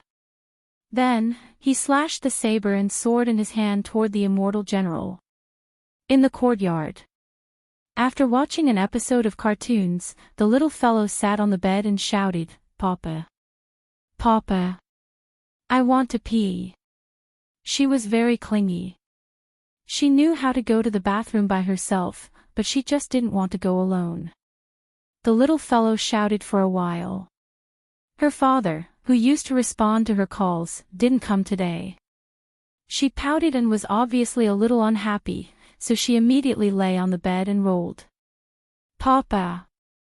Papa! Papa! Where did you go?" After all, Qin Ruoying was just a mortal, so she didn't have the 5 senses as sharp as Qin Shi's. She was still standing in the yard in a daze. Although Qin Shi could even kill great-granduncle with one sword, Qin Ruoying had a faint unjustified worry after he left this time. She hadn't seen Qin Shi for 5 years, and she was really afraid to be separated from him again. Papa was not here, and Mama didn't hear it. When the big cat saw that the little one was making a scene, it immediately jumped out of the bed and ran to Qin Ruoying's side. Then, it rubbed its body against her feet. Meow! The big cat called Qin Ruoying back from her chaotic thoughts. As soon as she saw the big cat, she knew that something must have happened to Nian, so she ran to the west wing. Sure enough. Before she stepped into the room, she had already heard the little fellow shouting for Papa. Children were always clingy, so sometimes when their mother was not around, they would start to look for their mother inexplicably when they went to the bathroom or went out to throw away the garbage. Once their mother didn't appear in time, then sorry. If it was light, they would be easily angry, and if it was heavy, they would cry, and it was very difficult to coax them. Qin Ruoying still spent too little time with the little fellow, so once the little fellow had anything, the first reaction was to look for her father, not her mother. She quickly sat beside the little fellow, gently helped her up, and then asked worriedly, "Nian, what's wrong?" "I want to pee." The little fellow pouted and said very discontentedly. "Then Mama will take you, okay?" As she said, Qin Ruoying reached out to pick up the little fellow. However, the little fellow pushed her away. "No, I want Papa. I want Papa." As she said, the little fellow suddenly pouted and cried.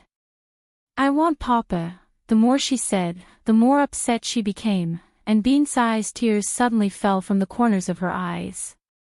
Qin Ruoying was a little at a loss, and could only softly comfort her. "Papa went out to buy something, and will be back soon. If you want to pee, Mama will go with you, okay?" "No. I want Papa." The little fellow sat on the bed, her little hands kept patting the bed, and her 2 legs kicked the bed at random. Looking at her like this, she was on the verge of exploding.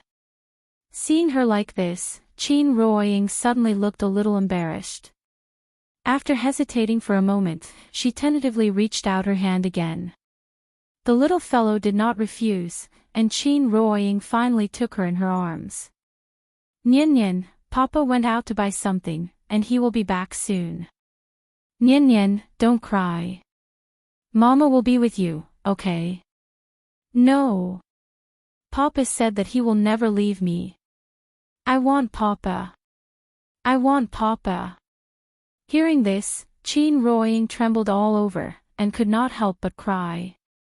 At this moment, she suddenly remembered the time when Nian was just born. At that time, the little fellow was still a cute baby. As long as she was not held for a while, she would cry loudly. Whenever little Nian cried, Qin Ruoying would hold her in her arms in a panic. Shaking and shaking, it would take a long time for little Nian to stop crying and giggle. So what she was most afraid of at that time was that the little fellow would cry. Time flew, and the child had grown so big. Chapter 129. Qin Ruoying held the little girl in her arms. All of a sudden, she seemed to realize something. When she left Nian was still young, so she had no impression of her. Although Qin came back later, he had been with the little girl since he came back. With his meticulous care and love, Qin succeeded in occupying more and more weight in the little girl's heart. He had surpassed her mother and Aunt Zhang. Therefore, the little girl only needed her father now. Her father was her whole world. The intimacy between the father and daughter at any time made Qin Ruoying feel very lost. Father, mother, child. They were supposed to be a close family of 3. But because of the short separation before, there was a faint sense of alienation between them. The reason why Qin Ruoying felt alienated from Nian was that she hadn't realized how she should integrate into the family. Because of Nian's birth, the simple 2-person world between her and Qin had completely turned into a brand new 3-person world. As the father and mother, they had never appeared by the little girl's side at the same time. With the reunion of the family, when Qin showed great strength and confidence, Qin Ruoying was lost. It was a feeling that could make any woman lose herself. At the same time, it was also called a sense of security. Therefore, she felt extremely worried when Qin just left for a while. Just like Nian, she had to look for her father when she went to the toilet. Compared to her daughter, how much better was she? The mother and daughter were too dependent on Qin. He was the perfect husband, and the perfect father. She, on the other hand, was just an unqualified mother. Thinking of this, Qin Ruoying suddenly stopped crying. After wiping her eyes without leaving a trace, she let go of the little girl and carefully wiped her tears. Nian, don't cry. Daddy didn't leave you. He just went to buy groceries. He'll be back soon to cook for you. Don't you like Daddy's cooking the most? What do you want to eat tonight? I don't want to eat, I want Daddy. The little guy kicked the bed, still throwing a tantrum. Qin Ruoying had no choice but to hug her gently and keep trying to reason with her. After a long while. After the little girl calmed down a little, Qin Ruoying immediately picked her up and carried her to the bathroom. Let's go. Don't you want to pee? Mama will take you there. Be careful not to wet the bed again. Hearing this, the little guy was like a cat whose tail had been stepped on. He immediately pouted and shouted softly, I don't wet the bed. In the past life and in this life, the two looked at each other, the sword and the sword were used to cut off their worries. I walk alone in the heavens and under the earth. I am duty-bound and crazy for love. This set of sword and saber techniques didn't originate from the Heavenly Yen divine sect. Instead, it was an ancient inheritance that Qin obtained by chance. The Dark Heaven Evil Emperor. The third form of the saber, the third form of the sword. The third form of sword and saber. 3 by 3 is inexhaustible, 9 by 9 returns to 1. The saber cut the wind, the sword cut the clouds, and the wind and clouds were disturbed. Although it was a divine skill, it didn't change the fact that Qin cultivation had been damaged. Qin, who was seriously injured, faced the divine general who was in his peak state. The divine general held the golden crow in his hand. It was like the sun had descended to earth. Thousands of golden pillars of fire swore to burn everything in the world to ashes. Qin's face was as calm as water. After the sword and saber slashed out, 2 huge shadows appeared in the sky. A saber and a sword instantly collided with the scorching fireball. When the saber and sword shadows collided with the raging flames in the sky, the entire world shook. The shockwave that shot out in all directions instantly dimmed the 5 golden pillars. The huge cloud vortex in the sky also trembled, almost being torn apart by the violent strength qi and vanishing into thin air. The spirit-binding array was on the verge of collapse. A few elders hid behind the hill behind the ancestral hole. After the wind and smoke dissipated, they cautiously poked their heads out. The scene in front of them completely stunned them. Annihilation. Everything was annihilated. This village with a long history was instantly razed to the ground by such a violent collision. When the smoke and dust dissipated, a huge circular crater with a diameter of hundreds of meters appeared below the two of them. The land was originally flat, the houses were neat, and there were fertile fields, beautiful ponds, mulberry trees, and other plants. It was a paradise where chickens and dogs could hear each other. Now, it was completely gone. Even the small hill that they were hiding in had been cut in half. The divine general was still floating in the air. He wasn't wearing a shirt, revealing his strong muscles. The flames that kept rising around him like flames had already disappeared. Chi! There were no scars on his bronze-colored skin. But then, the divine general was like a broken shower head. Tiny flowers of blood splattered all over his body. Not long after, his entire body was dyed red with blood. Chen Shi held the saber in his left hand and the sword in his right, as if he had never moved. But if one looked closely, they would find that Chen Shi was in a very strange state. His eyes were empty, as if he had lost his soul. The saber and sword were still in his hands, but there was a faint blood-red light around him. The confidence and wild laughter on the divine general's face had disappeared, leaving only fear. Yes, he was scared. Because his injuries were too serious, he couldn't even maintain flying. So, the divine general immediately made a wise decision. Run. However, the moment he turned around, the blood-red light behind him lit up. The blood-red light that was as delicate and beautiful as fresh blood instantly dyed the entire sky red. The pillar of light that pierced through the clouds disappeared. The cloud vortex dissipated. The tortoise-shell-like golden barrier slowly turned into white smoke and disappeared. The wind and snow were still in the sky. The cold wind whistled through the sky with snowflakes. It was as if summer had turned to winter in an instant. A blood-red sword light suddenly slashed out. Bang! The hillside where the elders were hiding was immediately razed to the ground. Where is the soul of Xian Nu? The cold and emotionless voice suddenly sounded in the sky. Hearing this, the leading old man immediately knelt on the ground and kowtowed heavily. Then, he tremblingly took out a black box and shouted, "The soul of the mysterious fairy is here. If I may be so bold, please spare our lives, immortal master." He knelt on the ground and held the box tightly with both hands, as if he was begging for mercy. This box was their only chance to live. If that man didn't agree, then they could only destroy this box. They would fight to the death.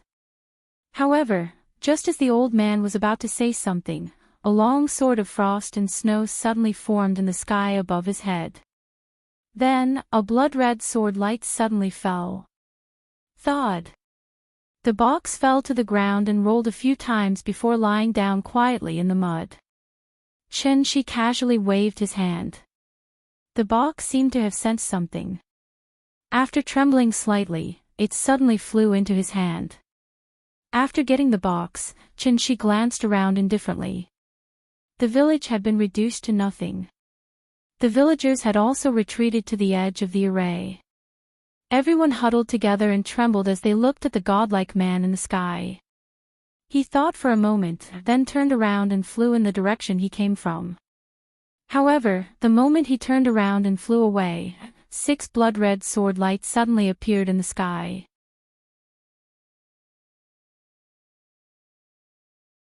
Chapter 130. In the courtyard. Qin Ruoying took the little fellow to the bathroom and wiped her face with a hot towel. The little fellow stopped crying at this time. She stood on the ground with her mouth pursed and her face full of grievance, but she looked very cute. Because she had just washed her face, the little fellow's little face was red.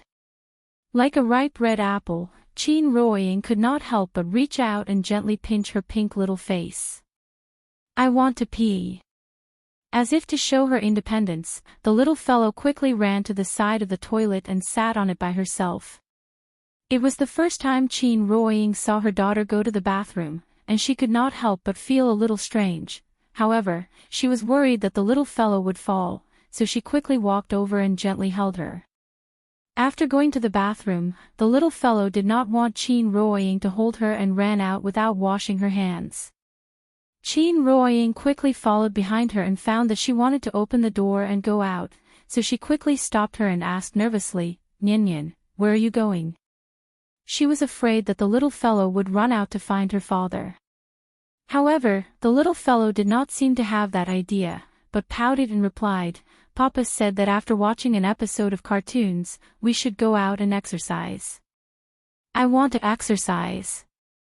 Hearing this, Chin Ruoying could only smile bitterly and open the door for her. This child, 3 sentences without leaving her father's side, did not consider her mother's feelings. A gust of cold wind suddenly blew in when the door opened. The little fellow shivered, but did not shrink back. Instead, she shouted loudly, "Big cat!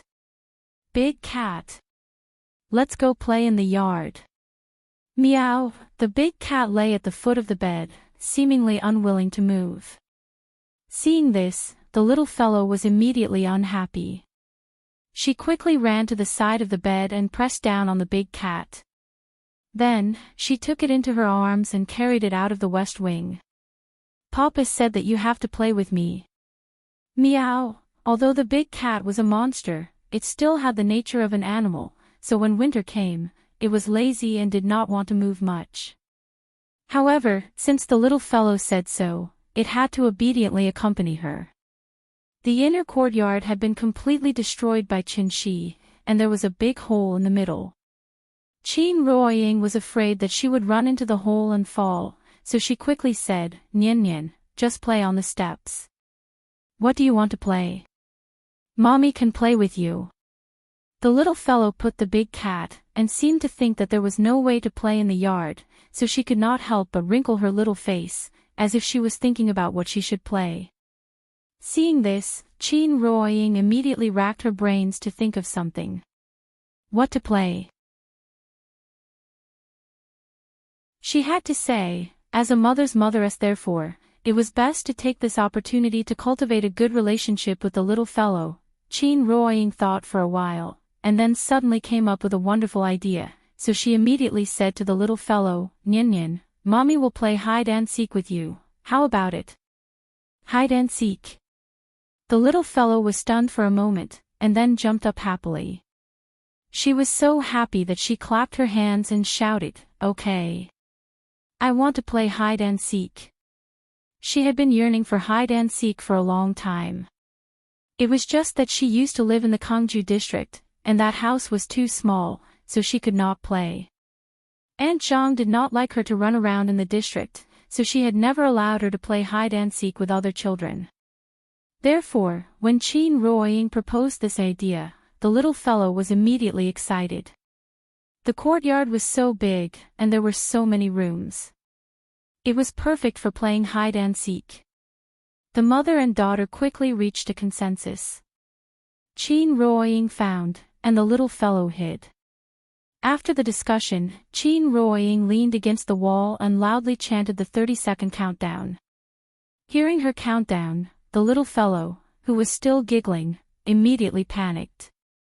She looked around for a while, then suddenly jumped into the west wing, and then hurriedly hid in the closet. The west wing was the place she was most familiar with, so her first reaction was to go back to the room. This was the first time she played hide-and-seek, so she did not have much experience, so she made a lot of noise. After Chin Ruoying finished counting down, she walked into the room with a faint smile. After looking around, she knew that the little fellow must have hidden in the closet. "Nian, where did you hide? Mommy can't find you," she pretended to wander around the room. The little fellow covered her mouth with both hands and nervously hid in the closet. She didn't even dare to breathe. Chin Ruoying counted the time. About 2 minutes later, she approached the wardrobe as she spoke. Because she was afraid of scaring the little fellow, she paused outside the closet for a while, and then slowly opened the closet door. Found you. Mommy, you're amazing. Seeing Chin Ruoying open the wardrobe door, the little girl didn't hide anymore. She immediately jumped into Chin Ruoying's arms and giggled. How is it? Is it fun? It's fun. I want to play more. Well, I'll give you another chance. This time, you have to hide better, okay? The little guy nodded his head heavily. Looking at her excited little face, she had probably long forgotten about her father. If you want to get along with children happily, you have to have 3 hearts. Patience, love, and consideration. What's more, Nian Nian was Chin Ruoying's favorite. Therefore, after she adjusted her state of mind, she immediately played with the little fellow. With her mother's company, time passed quickly. When Chin Ruoying found the little fellow for the 5th time, Chenxi finally came back. Like a gust of wind, he appeared in the courtyard without a sound. Chin Ruoying followed the little fellow. As soon as she walked out of the room, she saw Chenxi. She froze for a moment. But the little fellow had already rushed to Chenxi, shouting, Papa! Chenxi was afraid that she would slip, so he quickly stepped forward and picked her up. What's wrong? What are you playing? Hide and seek. Mommy, play hide and seek with me. Is it fun? It's fun. Chin Ruoying looked at Chenxi in a daze. Chenxi was playing with the little fellow in his arms, as if there was nothing strange. What else did he want to hide? But could he hide it? Perhaps seeing the worry in Chin Ruoying's eyes, Chenxi put the little fellow down with a smile, then touched her head and said with a smile, Nian Nian, it's cold outside. Go back to the room first. Okay. Seeing that her father was back, the little fellow was relieved, so she ran back to the room happily. After the little fellow left, Chin Ruoying finally couldn't help but grab Chenxi's arm and ask anxiously, Are you hurt? Where is the injury? Is it serious? As she spoke, she looked up and down at Chenxi nervously. Chenxi had no trace of injury. However, his face was devoid of any color, and his lips were deathly pale. He looked like a patient who had lost too much blood. I'm fine, don't worry.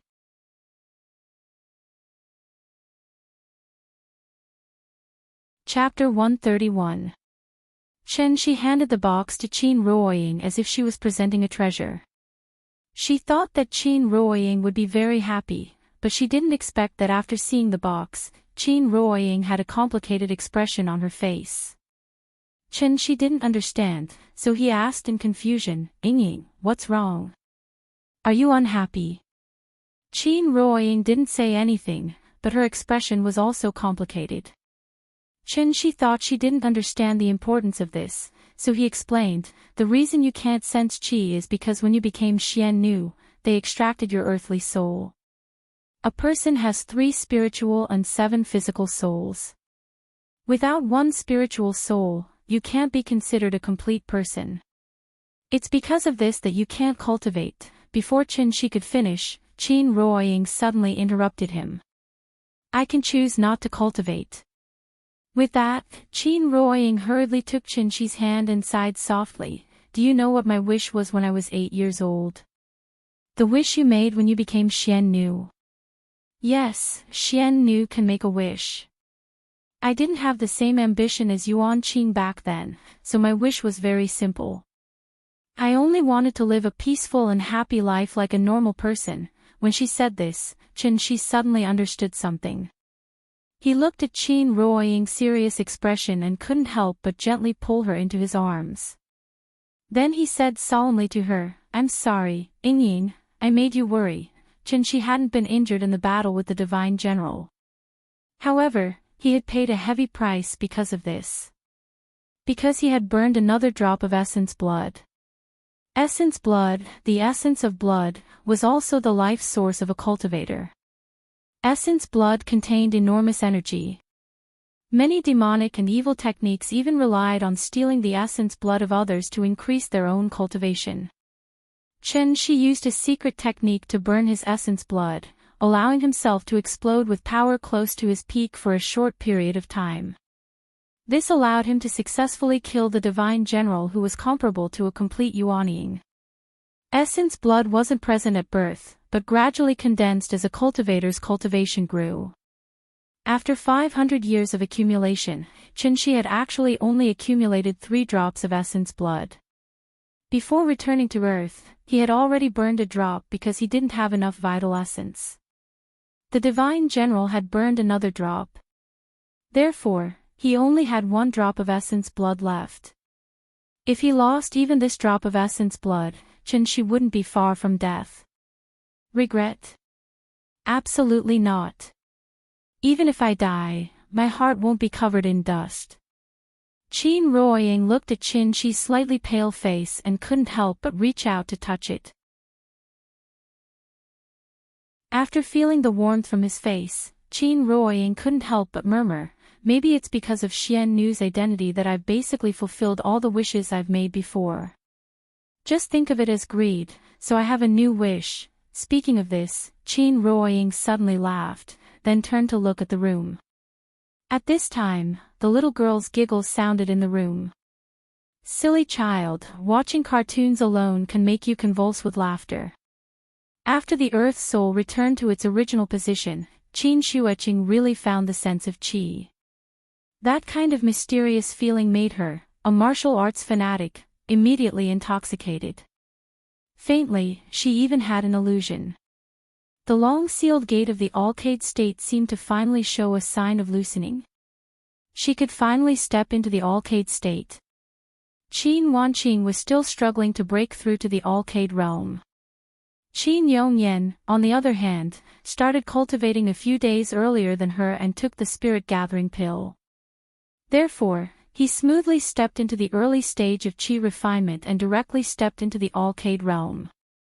He was now a Grand Master of the Alcade state. This also made him more convinced that what Chen Shi taught them was much more powerful than martial arts. His father-in-law and sister-in-law were both obsessed with cultivation, so they didn't even come out for dinner. Chen Shi didn't want to interrupt this kind of state where they forgot to eat and sleep, so he left some food in the refrigerator for them. After dinner, Chen Shi wanted Qin Ruoying to also cultivate. But at this time, Qin Ruoying shook her head, and proposed to take a walk in Ho-Hai. Take a walk. The little girl was lying on the bed. After hearing her mother's suggestion, she immediately raised her hands and feet, expressing her absolute approval. Being cooped up at home every day, this little girl was about to become moldy. In winter, the sun set early. It wasn't even 7 o'clock in the evening, but some places without street lights were already pitch black. Outside the big house, one could see the old street light at the entrance of Dongming Alley. The light of the street light was slightly yellow, elongating the shadows of the family of 3. The little girl held Qin Ruoying's left hand, and Chen Shi's right hand. She squatted on the snow, and her 2 small cotton boots seemed to have turned into skis, constantly yelling for them to run. Just like the sleigh pulling the carriage at Christmas, her parents were the elk pulling the carriage. And she was Santa Claus bringing joy to the mortal world. Since their daughter had this request, her parents had to agree even if they had to work like cows or horses. Thus, Qin Ruoying and Chen Shi looked at each other and smiled, and immediately pulled her to a trot. Giddy up. Horse, run. Horse, run. The sleigh started running, and the little girl's 2 feet immediately pulled a long track on the ground. She was so happy that she giggled, feeling that it seemed to be more interesting than riding a big cat. Qin Ruoying's physical fitness was average. In winter, she wore a lot of clothes, and the snow was difficult to walk on, so after running for a while, she was tired and panting. And because she was so happy, she kept laughing. The intense exercise and the stimulation of the cold air immediately caused a sharp pain in her abdomen. Exercise-induced abdominal pain. Ouch! Qin Ruoying gasped for air as she clutched her stomach and groaned. Seeing this, Chen Shi quickly stopped. Chen Shi used his true essence to help her recuperate. After seeing that she was better, Chen Shi said to the little girl, "Mommy's body isn't good. Nian Nian, come, Daddy will play with you. Today, I'll let you experience what it means to be fast and furious." Okay. After Qin Ruoying stopped, the little girl sat down on the ground. Hearing Chen Shi's words, she immediately stretched out her hands and took Chen Shi's right hand. "Little princess, let's go." After that, Chen Shi started running. In this kind of snow, they couldn't run too fast. If the little girl couldn't control herself, she would be dragged to the ground by Chen Shi. Therefore, Chen Shi could only pay attention to the little girl's state while slowly speeding up. In fact, the speed was not very fast, but the little girl was very excited.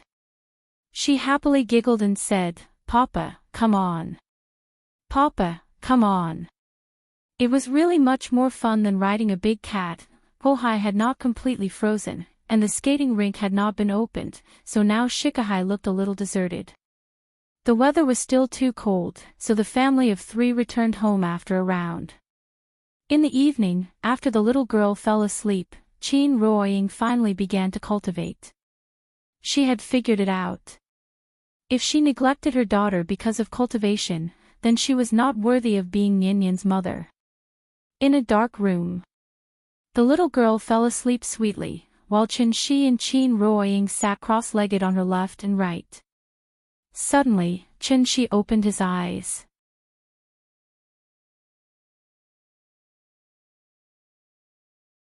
Chapter 132. Outside the house, the cold wind was whistling. The big pit that Chen Shi had stepped on had been covered with a shallow layer of snow. The blue stone floor was broken into pieces, protruding in the east and concave in the west. There were thousands of gullies, and if one was not careful, one would slide down. Seeing that the little fellow's activity area was suddenly missing such a large area because of him, Chen Shi thought that he should find someone to repair it tomorrow, so that the little fellow could continue to gallop in the yard. Perhaps, he could also buy her a set of children's outdoor expansion equipment.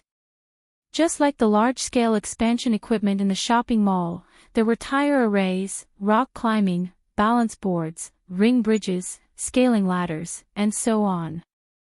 It was very playable, and could also be used to train the little fellow's balance, athletic ability, coordination ability, and many other aspects. Chen Shi did not consider letting the little fellow cultivate for the time being. That was because Nianyan still had to go to school in the future. At that time, she would definitely play with other children in school. If she lost control a little and slapped other children, it would be troublesome. Therefore, it would not be too late to teach her cultivation when she was a little more sensible. While thinking, Chen Shi flew out of the yard. He wanted to go out and find another place to cultivate. Although the spiritual energy of heaven and earth near Shikahai was very rich, now his wife, sister-in-law, and father-in-law were all cultivating here. The cultivation of the 3 of them was still shallow, so it didn't matter if they were crowded together. However, Chen Shi's cultivation was too high, so he must not stay with them. Because once he started cultivating, he would immediately form a spiritual energy black hole in the courtyard, sucking all the spiritual energy of heaven and earth nearby into his body. How could others cultivate like this? Therefore, Chen Shi could only come out and find another place. Since returning to earth, Chen Shi had never deliberately wanted to cultivate. The reason why he changed his mind now was that after the battle with the Divine General, he suddenly had a sense of crisis. If he began to wholeheartedly restore his cultivation after returning to Earth, why would he waste a drop of blood essence today? Strength was the basic guarantee of a happy life. In order to make his happy life last longer, Chen Shi decided to start cultivating seriously. In the past, he had nothing to live for, but now, he was full of happiness, so his fighting spirit was high. If he wanted to cultivate, he had to first find a suitable blessed enclave. Blessed enclaves were usually located in places where there were very few people. For example, in the mountains and on the islands, it was very easy for blessed lands to appear. The so-called blessed enclave was actually a place with dense heaven and earth spirit chi. As the capital of the country, Shangjing's geographical location was excellent. It was located at the intersection of the plains and the mountains. The steep mountains, the rushing rivers, and the fertile plains were all in one place. It was a treasure trove of wind and water. It was also the best place to build the capital. There were 2 mountain ranges in the vicinity. The Taihang mountain range ran from the north to the south, and was majestic. The Yan mountain range ran from the west to the east, and was vast and boundless. To the west was Taihang mountain, and to the north was Mount Yan. Mount Yan was still a bit small and not grand enough, so Qinshi thought for a moment and directly eliminated Mount Yan. Now that the tourism industry was developed, places with slightly better scenery were all listed as scenic spots. It was estimated that when the big cat was looking for a place to cultivate, it also took a lot of effort to find Mount Amei. Qinshi flew and searched. It wasn't until he flew over the Spirit Mountain in the western suburbs of Shangjing that he finally found a remote place with dense heaven and earth spirit chi. This mountain range was steep, and it was estimated to be more than 2,000 meters above sea level. The top of the mountain was already covered with a thick layer of snow. Standing on the top of the mountain, when the clouds surged, the clouds paved a road, and people walked in the sky. It was like a fairyland.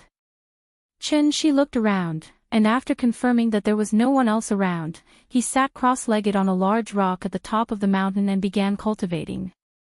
As he gradually entered the state, Qinshi's body seemed to turn into a black hole, and the surrounding heaven and earth spirit chi rushed towards him. Within a radius of tens of meters, there was strangely no wind, like a color photo, and everything seemed to be still. On the top of the snowy mountain, a bright moon hung in the sky, and the surrounding stars were overshadowed. Time flew. When Qinshi opened his eyes again, the sun on the horizon just happened to show a corner of the clouds. Thousands of clusters of golden arrows burst out from the clouds, and reflected on his body, as if covering him with a golden gauze.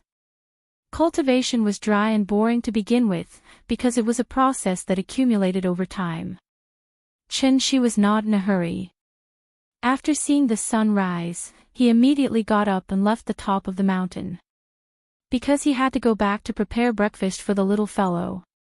Qin Ruoying now also made up her mind to accompany Nian during the day, and find time to cultivate at night. She wanted to let the little fellow deeply feel what was called motherly love. Of course, this kind of love was not without limits. Appropriate love was called doting. Once it went beyond the limit, it became doting. To any child, being spoiled was definitely not beneficial. Qin Ruoying also put in a lot of effort. Although she had only been with Nian for a few days, she was very keen to find a problem that had not yet occurred. Nian was very smart and sensible, and she rarely lost her temper. Although sometimes she also liked to make trouble, more often than not, Nian liked to quietly watch cartoons with the big cat. Nian never seemed to be very interested in the outside world. Playing games with her parents, watching cartoons with the big cat. This was all the content of her life. This way of life was absolutely wrong. Because she lacked communication with her peers, and also relatively lacked the psychological and ability to socialize. Although the big cat was a monster, and its intelligence was far superior to that of a child, it could not speak, so there was no way to communicate with the little fellow. If the child had too little contact with the outside world from a young age, it may lead to an extremely serious consequence. That was, when the child grew up, he or she would become more and more withdrawn. If it was more serious, it would even evolve into a psychological illness, such as low self-esteem, autism, depression, and so on. As a parent, in the child's growth process, it was obvious that they should take the initiative to create opportunities for the child to interact with strangers in unfamiliar environments, to increase the child's ability to socialize and adapt to the environment, and to cultivate a cheerful and optimistic character. Qin Ruoying looked at the little fellow who immediately climbed into bed after breakfast. The more she thought about it, the more she felt that something was wrong, so she quickly told this problem to Qin Shi. And when Qin Shi heard what she said, he immediately realized the seriousness of the situation. After all, Aunt Zhang was old and in poor health, so she rarely took Nian out to play with other children. And after he came back, it seemed that he did not take Nian to play with other children. At most, he let the little fellow go to kindergarten, but after a few days, he did not go. No, according to this progress, it seemed that Nian was likely to become more and more withdrawn. She looked very outgoing now, but that was because she stayed by her parents' side all day long. She could not be so introverted in front of her parents, right? What to do?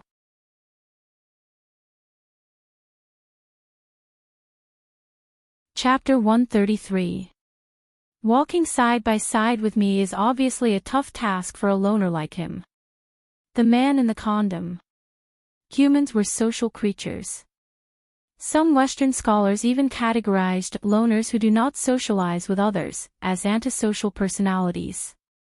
Because this in itself was a sign of morbidity. Being antisocial was different from being alone. Lonely people yearned to socialize with others. They would not be bored with anyone, and they would not even be on guard against everyone. Antisocial people were a kind of personality defect. They usually thought highly of themselves and looked down on others, but their hearts were extremely weak. They were afraid of being stabbed, so they did not want to socialize with others. When they had to socialize with others, antisocial people would also appear to behave strangely, and pretentiously. They always gave people a feeling of nervousness. They were actually very pitiful. They did not necessarily have antisocial psychology or violent tendencies, but they definitely felt autistic, lost, inferior, nervous, and depressed. They were unable to communicate with others normally, which made them prefer to be alone and live in isolation from others. There were not many congenital factors for the formation of antisocial personality. It was mainly due to the negative influence of various subjective and objective environments, which caused the psychological distortion caused by long-term depression. For example, if Nian continued like this, when she went to primary school in the future, it was likely that she would be ostracized by her classmates because she did not learn to communicate with her peers. She would be treated as an anomaly by her classmates. A little girl who only knew how to chat with cats all day. Was that not weird enough? The results of the survey showed that about 5% to 8% of the children in primary and secondary school groups would be antisocial. And this was already an extremely exaggerated number. Out of 20 people, there would be one antisocial individual. The class was a group, and antisocial children were always unable to integrate into this group. As a result, they were more likely to be ridiculed, ostracized, and criticized by their classmates. This situation would gradually decrease as the child grew older.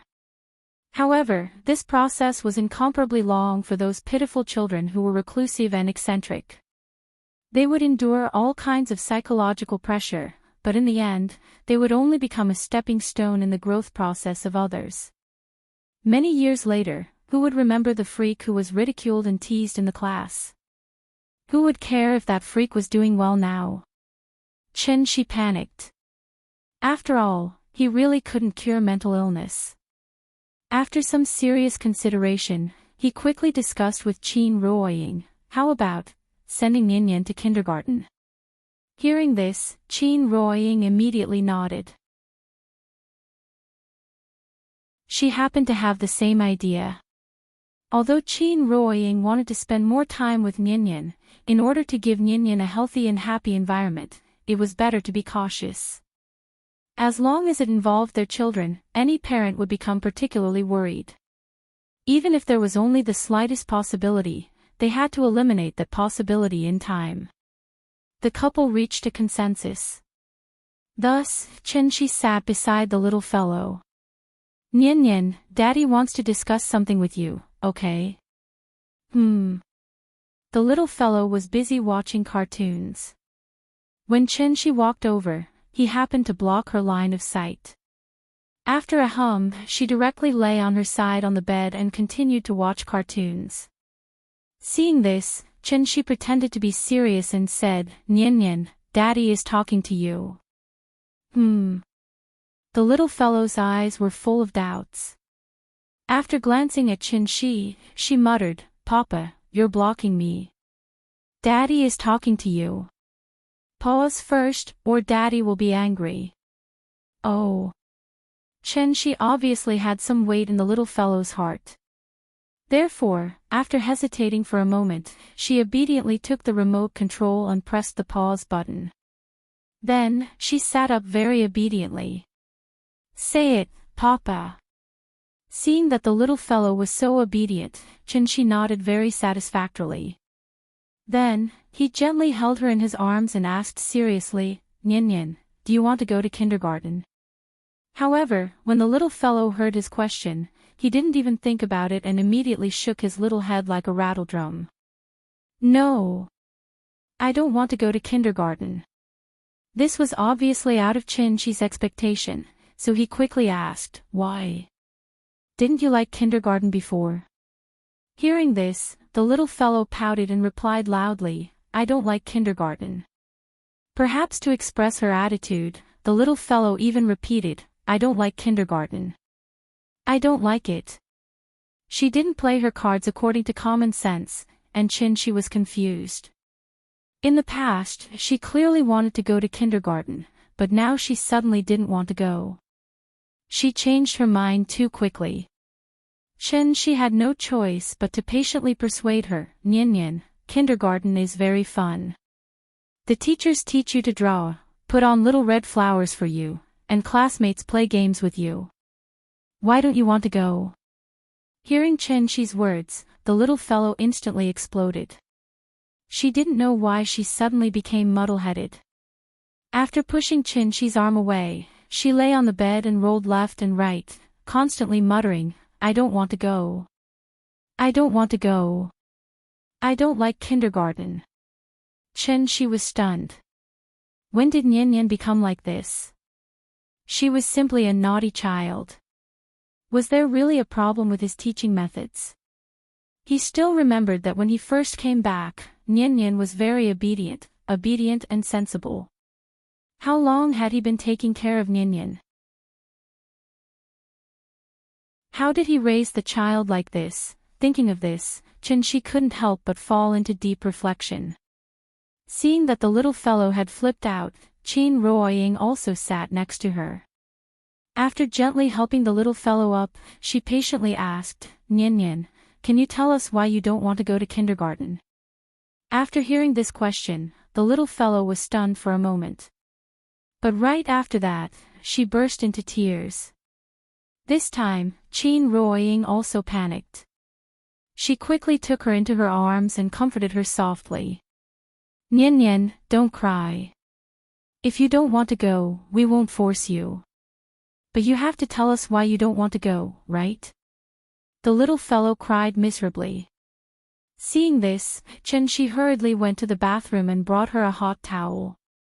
The husband and wife worked together and spent a great deal of effort to stop the little fellow from crying. After a while, the little fellow sobbed, pursed her lips, and said very sadly, I don't want to go to kindergarten. I want to be with Papa and Mama. Hearing this, Qin Ruoying couldn't help but look at Chen-Shi, and instantly understood the reason. This poor child, she was raised by Aunt Zhang alone before, and her parents were never by her side. Therefore, when the little fellow had her parents again, she didn't want to be separated from them for a moment. And this was obviously the root cause of her recent muddle-headedness. Since the child said so, it was obvious that she couldn't go to kindergarten. Qin Ruoying held Nian in her arms and thought for a while. Suddenly, she said to Chen-Shi, how about we change the way? What way? Look at the cold weather, There aren't many parents who would bring their children out to play. Nyan doesn't want to go to kindergarten. It's definitely not a way to go on. How about this? Let's open a bookstore, or a restaurant, or a coffee shop, so that Nyan can meet many strangers.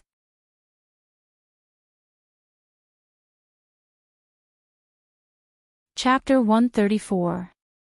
Open a shop. This idea seems to be good. Of course, if it was other seasons, there would be no need to go through so much trouble. He could just take Nyan out to Hohai every day. Over time, she would naturally meet some new friends. But unfortunately, it was winter now, and it was winter in the north. The temperature was low and the wind was strong. Before the ice skating rink was officially opened, the popularity of Shikahai during the day was very bleak. Of course, the so-called bleak popularity refers to the daytime. Hohai was really lively at night. If Sanlaton's bar street was trendy, then Hohai's bar street would undoubtedly be artistic. A small alley, near the sea. There was no noisy music. The melodious singing coupled with the unique charm of the old Shangjing was definitely a melodious elegy in the modern city. It was really good to open a shop in this kind of artistic and fresh place. Anyway, they were idle all day. Opening a shop to take care of the little guy could also add some fun to their life. Thinking about it, it was also quite good. But the question was, what kind of shop should they open? She didn't have any ideas. Since it was Qin Ruoying's suggestion, he might as well listen to her opinion. So he smiled and asked, "What kind of shop do you want to open?" Hearing this, Qin Ruoying frowned and pondered. They weren't short of money. Opening a shop was purely for fun and to create a new living environment for the little guy. The business couldn't be too good. If it was too good, they wouldn't have time to take care of the child. But it couldn't be too bad. If it was too bad, they could only stare blankly at the door all day. It was better not to open. After thinking for a while, Qin Ruoying couldn't think of a reason, so she proposed to go out and look at the shops around. Hohai Bar Street was formed after the end of the Tsars, more than 10 years ago at an incomprehensible speed. She still vaguely remembered that there were only a few small pubs here before. But now, looking around, Hohai was densely packed with small pubs on both sides. The family of 3 walked around Hohai. The more Qin Ruoying looked, the more dissatisfied she was. She saw this, but he didn't say anything. When the little fellow ran to the railing and checked whether the lake water was frozen, she suddenly smiled and said, "Ying, we only opened the shop to let Nyan come into contact with more people. As for what kind of shop we open, it doesn't really matter." Hearing this, Qin Ruoying couldn't help but be stunned. After carefully thinking about Qin's words, she said with some hesitation, "I was wrong. Most of the places here are bars. It's really not suitable to open a bookstore." In fact, Qin Ruoying wanted to open a bookstore the most. However, Hohai was still a relatively mature business circle. Hohai Bar Street's reputation was comparable to Sanlton and Workers' Sports Complex. Therefore, other than bars, there were only a few tea houses, restaurants, food stalls, and so on. There weren't even many supermarkets. Fame had already determined that other shops couldn't survive here. Therefore, Qin Ruoying thought for a long time, but still couldn't think of what kind of shop they should open. She saw her hesitation and suggested with a smile, "Didn't you see a tea house with a shop for sale sign outside? How about we take it over?" Tea house. Qin Ruoying was a bit surprised, but after seeing Qin's serious expression, she had to seriously consider this proposal. In fact, compared to a tea house, Qin Ruoying was more inclined to a coffee shop. But unfortunately, coffee was a Western culture. Therefore, after coming to Hohai, a place with a strong folkloric flavor, it was somewhat unsuitable. When they were walking along the road, they already saw several closed coffee shops. Hua Xia had a tea culture since ancient times. Tea was popular in the Tang dynasty and flourished in the Song dynasty. From the emperor, to the literati, to the common people, there was no one who didn't like tea. In the eyes of many young people, the style of coffee seemed to be much higher than tea. But in fact, coffee, cocoa, and tea were known as the three non-alcoholic drinks in the world. Silk, porcelain, and tea, these were also the business cards that Hua Xia handed to the world. Before the bar street in Hohai rose, there were many tea houses here. Every summer, Hohai Lake was wide, the water was sparkling, willows were hanging on both sides of the lake, lights were shining, and the palace walls and minarets in the distance were reflected in the water. From time to time, there were pleasure boats gently rowing. If at this time, there was a pot of good tea, sitting quietly by the lake and carefully tasting it, wouldn't it be pleasant? This was a kind of cultural charm, belonging to Hua Xia, and also belonging to Hohai. Qin Ruoying was moved. Therefore, the couple immediately reached an agreement, called the little girl, and turned to the tea house with a shop for sale sign. The owner was a middle-aged man in his 40s. After hearing Qin Shi's intention, he immediately enthusiastically introduced the tea house to them. The size of the tea house was not bad, the lobby was about 70 to 80 square meters, and there was a small courtyard of more than 50 square meters in the back. The overall decoration was very antique, exquisite, and elegant. The shop was the owner's own. Because the business of the tea house was not very good, the owner did not intend to continue to operate, and was ready to rent out the shop to collect rent. The price of a shop in Hohai was not cheap. The better location of the shop, the rent for 1 square meter fluctuated around 300 yuan. In other words, such a large shop, the monthly rent would be at least 40,000 yuan. In a year, the rent alone was close to 500,000 yuan. It was really like an inch of land was worth an inch of gold. Because the owner was the landlord, the transfer fee was saved, but the renovation fee still had to be paid. Qin Shi had a lot of money, but he did not want to be a sucker, so he negotiated the price with the owner. After some bargaining, the owner agreed to only charge 200,000 yuan for the renovation fee. The stock in the shop would be calculated separately, and the rent would be 35,000 a month, paid once a year, plus a month's deposit. In order to prevent Qin Shi from saying that he was randomly charging the renovation fee, the owner even took out his previous renovation fee list, repeatedly saying that he spent 500,000 to renovate the shop, and if Qin Shi rented it to someone else, he would receive 400,000 just for the transfer fee. Although he said so, it was up to Qin Shi whether he believed it or not. After all, this was not a small matter, so the owner thought that the young couple would go back to discuss it. But what he did not expect was that the young couple did not hesitate for long. The two simply discussed a few words, and directly decided to rent. The price was agreed, then the next step was simple. Look at the property certificate, sign the contract, clear the account, check the goods, pay the money, and a happy cooperation.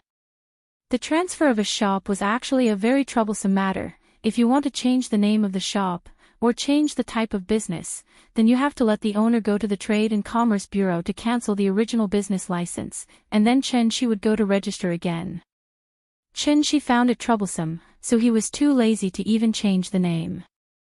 Seeing that he was so straightforward, the owner signed an agreement with him, and then handed over the original business license to him. Therefore, in less than a day, this tea house, which was not far from Dongming Alley and adjacent to Hohai, had completely changed owners. Qingyi Tea House. This was the new business of the family of three. While Qin Shi was signing the contract with the owner, the little girl took the big cat to wander around the tea house, from time to time touching here and there, as if she was very interested in this place. When Qin Ruoying saw her like this, her heart immediately felt relieved.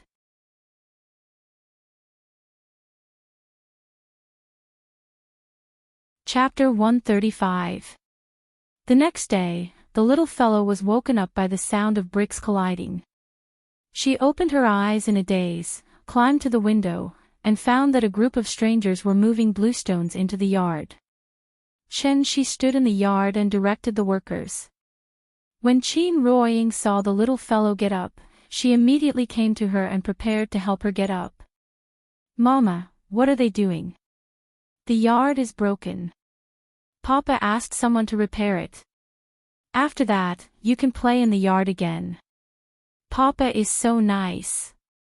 Hearing this, Qin Ruoying immediately pinched her little face and asked, "What about Mama?" "Mama is so nice." The little fellow flattered, and Qin Ruoying immediately laughed.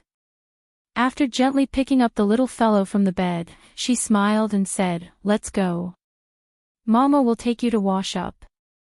"Okay." To repair the yard, first of all, the broken bluestone slabs had to be swept out, and then the mud from outside to fill the big hole. After that, the bluestone slabs could be laid again. The workers made a lot of noise. Qin Xueqing frowned and came out to take a look. Then she slammed the door and went back to the east wing. Recently, she and Qin Yongyan had been completely obsessed with cultivation. They often didn't even go out for a whole day. She didn't ask them to eat now. Anyway, after the family of 3 had eaten, she would put all the leftovers into the insulated cabinet. When Qin Xueqing and Qin Yongyan were hungry, they naturally knew to eat by themselves.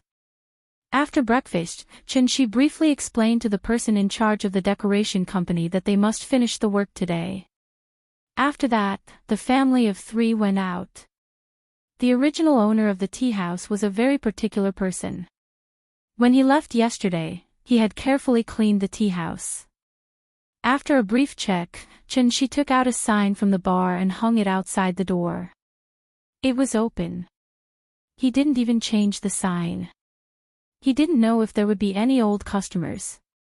She sat at the bar and seriously warned the little girl to be sweet and polite, and to take the initiative to greet the guests when they came in. After the little fellow listened to his incessant warning, she nodded her little head numbly. It was unknown whether she understood or not. She had already seen the boss's account book before, and the business was indeed not good. Because it was winter, there was basically no business in the tea house in the morning. It was only slightly better in the afternoon. Many customers who came to the bar because of its reputation would sit in the tea house with their friends for a while, chatting and playing cards before the bar opened. The tea house was open, and even the signboard was still the same. However, she had overlooked a very important issue. That was, opening a tea house required a certain amount of connections. The tea house itself was a business of acquaintances, and the gathering and dispersing of qi were closely related to the boss. A successful tea house must have a boss who could be called a social expert. The customers came for the boss, but they also dispersed because of the boss. Therefore, there was a saying often heard in the tea houses that business was good as long as the boss was there. If the boss was not there, there would be no ghosts. On the right side of the lobby, there was a bookshelf next to the window seat, on which were some of the world's classics that the former boss had bought before. Qin Ruoying casually flipped through, then picked up a book called Love in the Time of Cholera and sat in the booth to read it. Seeing this, she poured a cup of tea and asked the little fellow to bring it to her. "Nian, come, bring a cup of tea to mommy. Be careful, don't burn yourself." In order to make it convenient for the little fellow to take, she specially chose a hand cup, and only mixed 2/3 of the water. The little fellow held the cup with both hands and walked very slowly. When she carefully came to Qin Ruoying's side, she sweetly shouted, "Mommy, drink tea." Qin Ruoying read carefully, so when the little fellow called her, she found that the little fellow was still holding the teacup, so she quickly took the teacup from the little fellow's hand, and at the same time did not forget to praise, "Ah, Nian is so good." The little fellow was happy, and seemed to think that it was a very pleasant thing to serve tea to others, so she immediately turned and ran to the bar, looked up at Qin Shi and asked, "Papa, when will the guest come?" Don't worry, take your time." The most important thing to do business is to be patient. Chin-Shi smiled and held her in his arms, and then the father and daughter sat behind the bar and chatted. The door opened at 9 o'clock in the morning. After waiting for 2 hours in boredom, the family of 3 finally welcomed their first guest after the opening. To Chin-Shi's surprise, the guest did not belong to the middle-aged group, but was a young girl. The girl stood outside the door and hesitated for a moment. After looking at the business sign outside the door, she pushed the door and walked in. She wasn't very old and looked to be about 20 years old. She should be at the age of a down jacket and jeans, but now she was wearing a long coat that did not match her temperament at all, and a combination of pantyhose and boots on the lower half of her body. The girl had put on makeup. Perhaps it was due to her poor technique, but her makeup gave off a strange feeling. Obviously, she was a natural hibiscus, but she had to paint a snake with legs and dress herself up a little. Of course, it would make people feel a little strange. The girl entered the tea house, looked around, and saw that the right side of the booth was already occupied, so she went directly to the left side of the lobby by the window. Seeing this, Chin-Shi quickly patted the little fellow, indicating that it was time for her to receive the guest. They opened the shop to train the little fellow's social skills. If the little fellow did not perform well, then it would not be too late for him to come forward. Both parents were here, so the little fellow did not seem to be afraid of strangers. After receiving Chin-Shi's signal, she ran over. "Sister, what do you want to drink?" Looking at the 4 or 5-year-old little girl in front of her, Qiao Yuan could not help but be stunned. This tea house was really strange. The waiter was actually an innocent and lovely child. Seeing that she did not speak, the little fellow thought that she did not hear her, so she asked sweetly again, "Sister, what do you want to drink?" "Papa said that we have everything here." Hearing this, Qiao Yuan could not help laughing, and her mood became much better. After glancing at the price list on the table, Qiao Yuan smiled at the little fellow and said, "Then black tea, thank you." "Oh, okay." The little fellow nodded blankly, as if she did not understand what black tea was. But that was not important.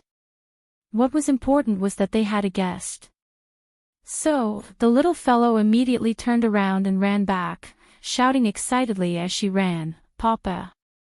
Sister wants black tea. Black tea." The little fellow's voice was very loud and sounded very excited. Even Qin Ruoying was startled by her. "Okay, I got it." Chin-Shi smiled and patted the little fellow's head, then took out a packet of Kimun black tea from behind the bar counter. Because she was the first customer after the opening, Chin-Shi injected a trace of spiritual energy into the tea when he made it. Qiao Yuan would never have dreamed that she would be able to win the first prize by randomly finding a tea house before going to work. "Sister, drink tea." The little fellow's little mouth was very sweet, and her cute appearance was enough to make people melt, so Qiao Yuan was instantly captivated by her. Qiao Yuan hesitated for a moment, then quickly took out her phone and asked Chin-Shi behind the bar counter, "Boss, can I take a photo with your daughter?" Chin-Shi nodded and smiled, "As long as she agrees." Seeing that she was so popular, the little fellow was so happy that she could not close her mouth. After taking a photo with Qiao Yuan, the little fellow ran back to Chin-Shi's side, a little embarrassed. Then, she burrowed into his arms, rubbing left and right and acting coquettishly. Seeing the little fellow's proud look, Chin-Shi could not help but nod in satisfaction. Opening a shop allowed the little fellow to interact with strangers, and also allowed her to gain recognition through her performance.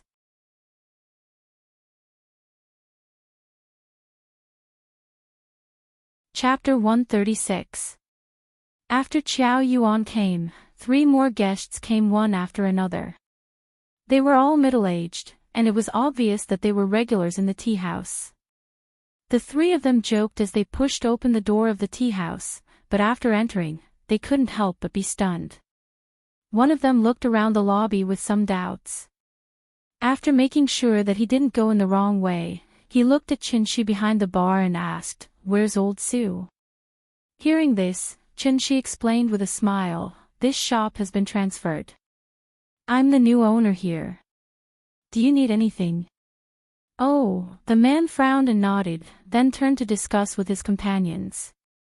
After the three of them whispered a few words, the one who spoke before said to Chen-Shi, 3 cups of plain tea. Okay, please sit wherever you want. After that, they walked directly to the booth behind Qin Ruoying, as if they were very familiar with this place. After seeing them come over, Qin Ruoying hesitated for a moment, then took the book back to the bar. After all, she was the lady boss. It was not good to always occupy the best seat. Chen-Shi took out 3 cups from the cabinet. The little girl reached out to take it, but Chen-Shi hurriedly stopped her and said with a smile, don't worry, you can't take 3 cups. Daddy will help you. Oh, okay. The little girl took back her little hand and nodded obediently. After Chen-Shi handed the cup to her, the little girl carefully followed behind Chen-Shi with the cup and walked toward the 3 people. Oh, boss, is this your daughter? Well, yes. How old is she? 4.5 years old. Seeing the little girl eagerly following behind Chen-Shi, the person who spoke just now couldn't help but exclaim, your daughter is so cute, she's exactly the same as my little one when she was young. Chen-Shi smiled very politely, then patted the little girl's head and said to her, Nian, uncle is praising you. You're cute, quickly say thank you to uncle. Hearing this, the little girl said sweetly, thank you, uncle. Oh, your child is so cute.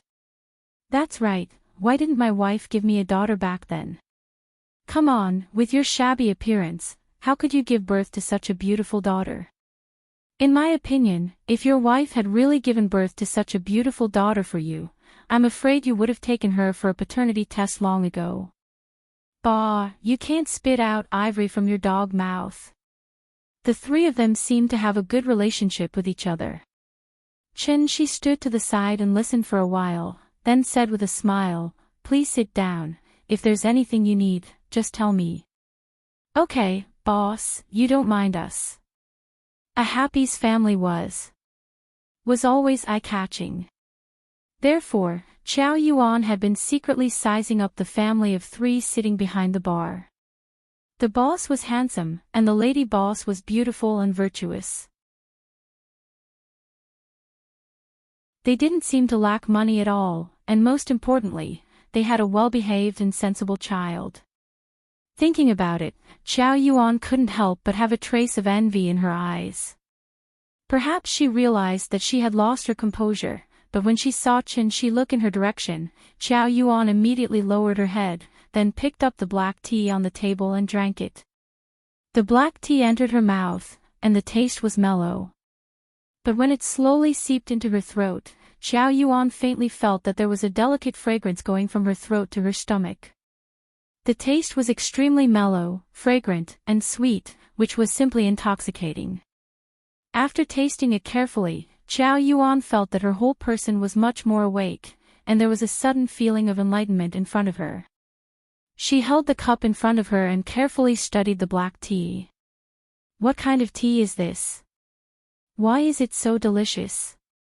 It seems to have the effect of refreshing the mind. Chow Yuan took another sip, and after tasting it carefully, she suddenly thought of something and quickly looked at the price list on the table.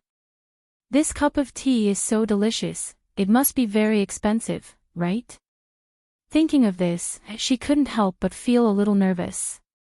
She had just looked at the price list, and if she remembered correctly, the cost here wasn't very high. However, the taste of this cup of tea made Chow Yuan suspect that she had just seen wrongly, so she quickly picked up the price list and carefully looked at it. The cheapest was the vegetarian tea, 20 yuan per cup.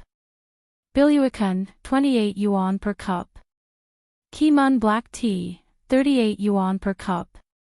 And the most expensive Wui de Hong Pao, only 68 yuan per cup. 38 yuan. A cup of caramel macchiato at Starbucks cost more than 30 yuan, and such a mellow black tea only cost 38 yuan. For some reason, Xiao Yuan felt like she had picked up a bargain. If Qin Shi knew what she was thinking now, he would probably be unable to help but chuckle. The tea leaves of this kind of tea house were usually bought wholesale from the tea market, one bag at a time. A bag of 500 grams, and a cup of 20 kilograms. Each cup of tea only required about 3 to 4 grams of tea leaves, and some people had a strong taste, so they put more than 10 grams of tea leaves. On average, one bag of tea leaves could make at least 100 cups of tea. Of course, this didn't mean that the tea house was a profiteering industry. After a little careful calculation, one would know that this tea house was definitely a loss-making business. The profits were high, but the corresponding rent, water, and electricity were also very expensive. The rent here was 35,000 yuan. How many cups of tea would it take to earn that much? Moreover, customers could sit here for a whole day after ordering a cup of tea. The tea house was only so big, so even if the business was booming, there was no way to receive more customers after it was full. Xiao Yuan was still savoring the taste of the black tea when her phone suddenly rang. Xiao Yuan quickly picked up the phone, and a man's voice sounded on the other end. Xiao, you're in luck today. The bill is issued before noon. Come quickly, you can still get lunch, and, okay, I'll be right there. After hanging up the phone, Xiao Yuan shouted to Qin Shi, "Boss, the bill." Hearing this, Qin Shi immediately patted the little girl and said with a smile, "Nian, go collect the money, 38 yuan, remember to count it." Oh. The little girl thought for a moment and nodded. Then she jumped down from Qin Ruoying's arms and ran directly to Xiao Yuan. She imitated Qin Shi and said, "Sister, 38 yuan." Xiao Yuan took out 2 20s and handed them directly to the little girl when she came over. The little girl took the money and then ran back to the bar.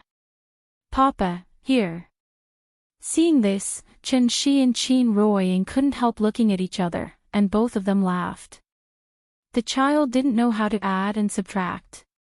It was simply deliberately making things difficult for her to count the money. "Sister gave too much money, so we have to give her change. Come on, Nian, give these 2 yuan to sister." The little girl was a little confused. However, after hearing Qin Shi's words, she obediently took the 2 yuan and then ran quickly to Xiao Yuan. At this time, Xiao Yuan had already gotten up and was ready to go out. She seemed to have forgotten that the boss should give her change of 2 yuan. Seeing that she was about to push the door open and leave, the little girl hurriedly shouted, "Sister, your money." As she spoke, the little girl waved the money in her hand and ran excitedly to Xiao Yuan's side. Xiao Yuan raised her head and handed the 2 yuan to her. Xiao Yuan stopped and turned to take the 2 yuan in the little girl's hand. She touched her head and said with a smile, "Thank you, sister. Can you tell me your name?" "My name is Qin Nian." "Sister, you can call me Nian." After that, the little girl immediately ran back to the bar, seeming a little embarrassed. "Goodbye, Nian. I'll come to see you tomorrow." Xiao Yuan smiled and shouted at the little girl's back. The little girl didn't look back, so she looked at the couple behind the bar and politely waved to them before leaving. Seeing this, Qin Shi smiled at her in response. Xiao Yuan left.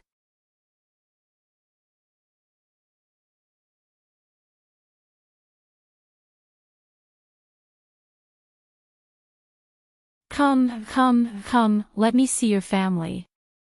Hearing Auntie Zhang's request, Qin Ruoying raised the phone high and then asked Qin Shi and the little girl to come over. In the video, Qin Ruoying leaned close to Qin Shi, and Qin Shi held the little girl in his arms. Both of them looked at her with a smile. The little girl poked her head out and saw Auntie Zhang in the video. She immediately shouted excitedly, "Grandma! Grandma!" As she shouted, she waved her little hand and motioned for Auntie Zhang to look at her. "Ayo, your family is finally reunited." Looking at the family of 3 in the video, Auntie Zhang's words were also quite emotional. After so many twists and turns, they were finally reunited. Qin Ruoying and Auntie Zhang talked about old times, and Chen Shi held the little girl and listened with a smile. The two of them chatted for more than half an hour. When Auntie Zhang had to prepare lunch for her granddaughter, Qin Ruoying reluctantly said goodbye to her. She had already made an appointment with Auntie Zhang to go to Chengdu during the new year.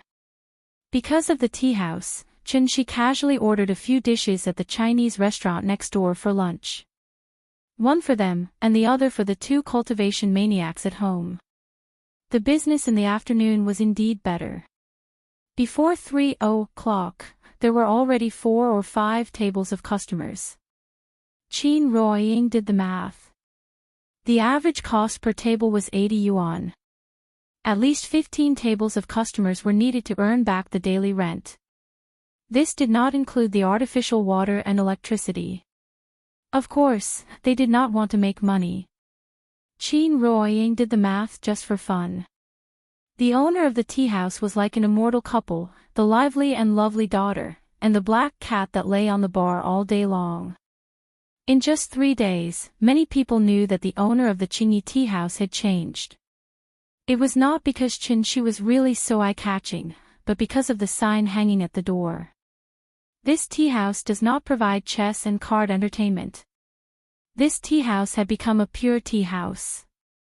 The so-called tea house did not provide chess and card entertainment, but only provided tea in a relatively quiet and relaxing environment.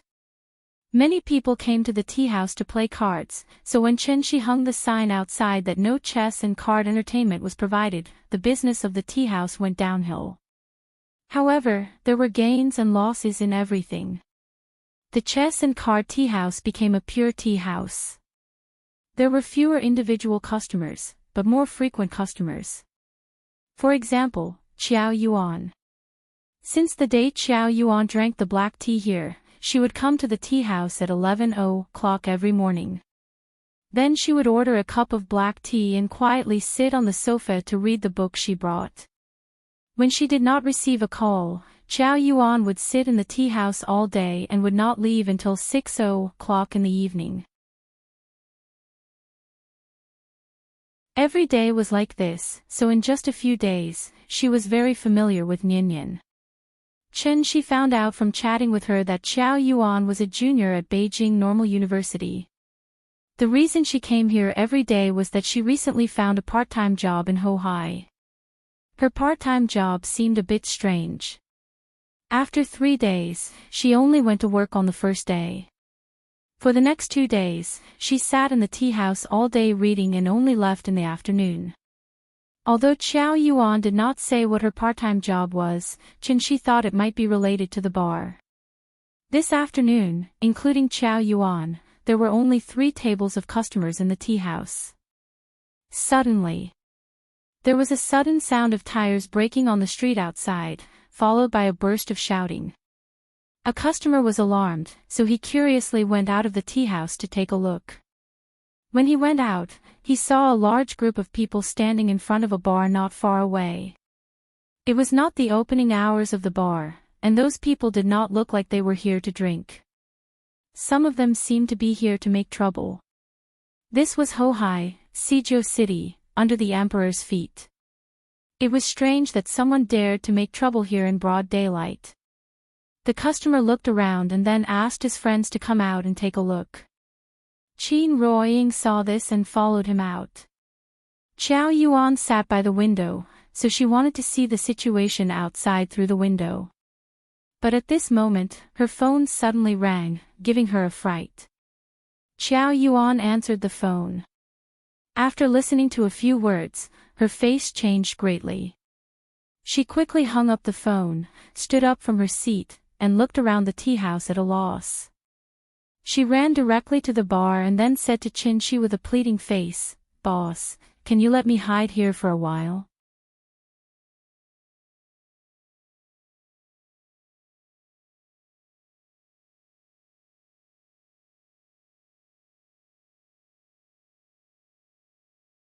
A red wine that cost more than 10 yuan would be sold here for 1,888 yuan and 3,888 yuan. A black-hearted person could even ask for 8,888 yuan directly. If the fat sheep refused to pay, then sorry, the shill bar's hatchet man would come out. It was not a real fight, but a threat. If he did not pay, he would not leave. A smarter fat sheep would ask to share with the bartenders, only give half of the money, and then call the police afterwards. However, it was a pity that the industry itself was in a gray area. As long as the boss of the shill bar was smart, even if the fat sheep called the police afterwards, the boss only needed to refund the money, because they did not break the law. There was a price list on each table. The price was clearly marked, and it was voluntary. Qiao Yuan was obviously a bartender's. But what was strange was that the fat sheep were generally spendthrifts who did not have much social experience. This group of young people who blocked the door of the bar and made trouble were not good people at first glance. To put it bluntly, they were not cut out to be fat sheep. What the hell was going on here? Chen Shi held the little fellow outside the tea house and watched the bustle. At this time, someone said, "She's in the tea house over there." After the group of people heard this sentence, they immediately rushed in the direction of Qin Shi. Several guests in the tea house were still happily watching the bustle, but when they saw the group of people suddenly coming over, they quickly hid to the side. There was a street outside the tea house, and across the street was Ho-Hai. Chen Shi and Qin Ruoying stood side by side at the entrance of the tea house. After the group of young people came over, they surrounded them. The little fellow was obviously frightened by their formation, so he immediately shrank back into Chen Shi's arms. Seeing this, Chen Shi handed the little fellow to Qin Ruoying, and then motioned her to take the child in first.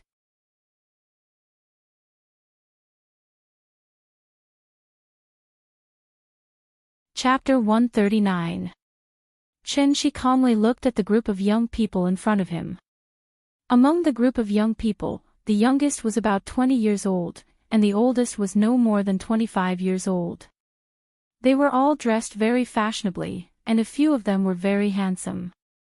However, they did not stand properly, and the moment they opened their mouths were full of obscenities, inadvertently giving people a frivolous and vulgar feeling. The leader was about 24 or 25 years old. After his companion surrounded the door of the tea house, he stood in front of Chen Shi with a cigarette in his mouth. As if he wanted to create momentum for himself, the young man didn't hold back and directly blew a smoke ring at Chen Shi. However, he didn't expect the wind to be very strong today. So just as he blew out the smoke ring, a sudden gust of wind blew the smoke ring directly into his face. Choked by the smoke, the young man immediately lowered his head and couldn't help but rub his eyes. As a result, the imposing manner that he had deliberately created was destroyed and completely disappeared. This young man was called Wang Hao, and he was also a famous person in Shangjing's nightclub circle. Whenever it was night time, it was time for Wang Hao to shuttle through the major bars. Recently, Huaxia suddenly set off a hip-hop craze, just like the rock craze of the 80s and 90s, which suddenly became popular all over the country. Wang Hao was one of the first underground rappers.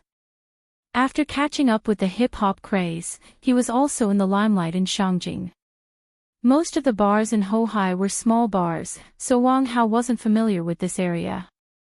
The reason why he brought people here today was because one of his brothers was cheated of money by a bartender. His brother was related to him and just came out from his hometown to mingle with him. Before, he was a very honest person and didn't see much of the world, so he didn't understand the twists and turns of the bar. After chatting with the keyboard player online for a while, the brother suddenly became hot-headed and wanted to ask the girl to come out and meet. Coincidentally, the bartender that the boss arranged for him was Qiao Yuan. In terms of appearance, Qiao Yuan's appearance was definitely the best among the group of bartenders. As a young man who had just come to Shangjing, when had he ever been in close contact with a beauty of this level? Therefore, he was mesmerized by Qiao Yuan at that time. Chow Yuan didn't say much to him before he excitedly ordered some wine. The more he drank, the more confused he became. In the end, he directly opened a big order of 20,000 yuan. 20,000 yuan, 20% for the keyboard, 40% for the bartender, and another 40% for the boss. After the order was confirmed, Chow Yuan would get 8,000 yuan. Usually, the bill would only be settled once every half a month or a month. That was because if the customer called the police, the bill would be refunded. Therefore, the money had not yet reached Chow Yuan's hands. It was rare to see someone like Wang Hao who didn't call the police and instead brought his own people to cause trouble. Everyone was in the same business. Wang Hao was in the right now, so the boss decisively refunded the 20,000 yuan to him. But what was strange was that Wang Hao was not satisfied with the money he got back. He actually asked the boss to hand over Chow Yuan. This request was too much. The boss couldn't agree, so he tried to negotiate with them. However, while the boss was negotiating with Wang Hao, a girl who was usually jealous of Chow Yuan secretly betrayed Chow Yuan. Therefore, Wang Hao brought people directly to the tea house. The girl who betrayed them was very clever and didn't expose herself. The boss also didn't know who betrayed them. When he saw Wang Hao rushing to the tea house with his men, the owner was a little anxious and hurriedly made a call for help. Refund was a reasonable request, but taking people away was absolutely not. Otherwise, how could he continue to mingle on the street? Unfortunately, it was only 3 in the afternoon, so the thugs were still sleeping at home. After the boss vented his anger on the phone, he looked at the tea house not far away with worry. Most of the people who could open a shop in Hohai weren't easy to deal with.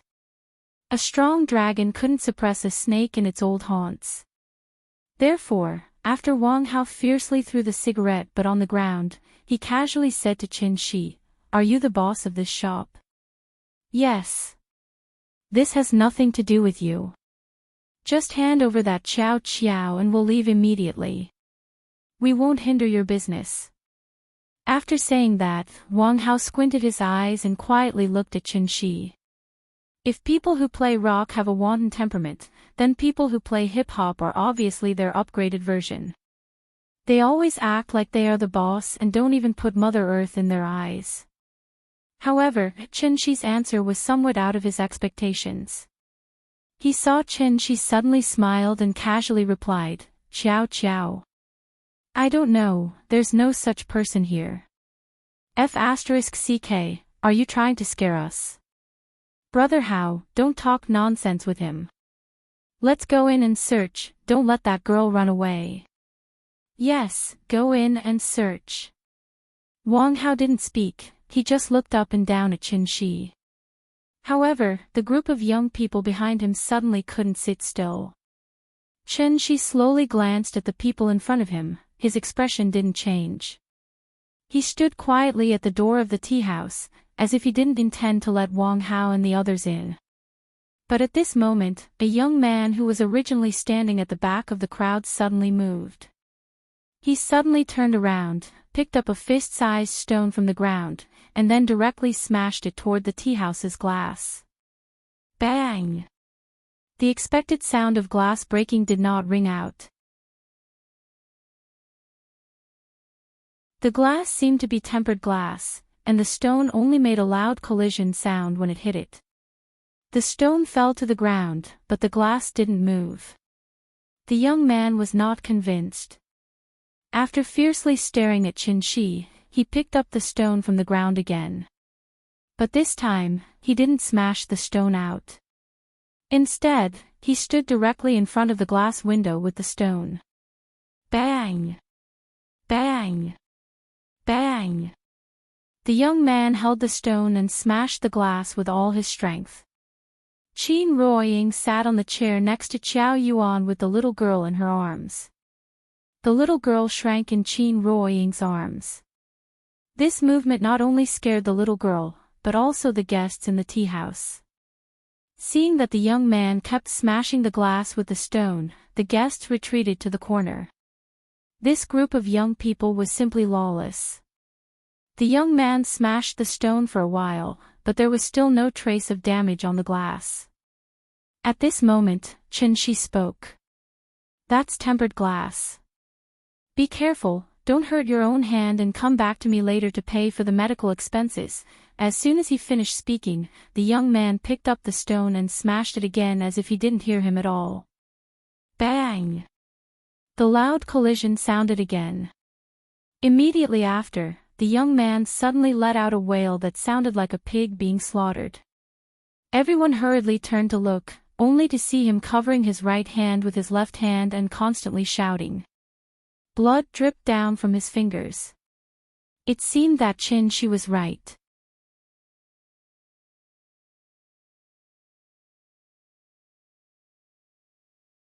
Chapter 140. Smashing the glass and injuring his own hand. This sudden turn of events shocked everyone present. It seems to be quite serious. Quickly take him to the doctor to stop the bleeding. Turn left on this street, there is a small clinic less than 200 meters away. Seeing that the young man's hand was bleeding profusely, Chen-shi reminded Wang Hao with a smile. After hearing Chen-shi's words, Wang Hao seemed to have finally come back to his senses. He hurriedly asked someone to take the injured person to the clinic to stop the bleeding. After the injured person left, the group of young people in front of him could not help but look at each other. They wanted to smash someone else's glass as a demonstration, but they did not expect to injure their own hand instead of breaking the glass. This was truly a great loss of face. Wang Hao coughed a little awkwardly.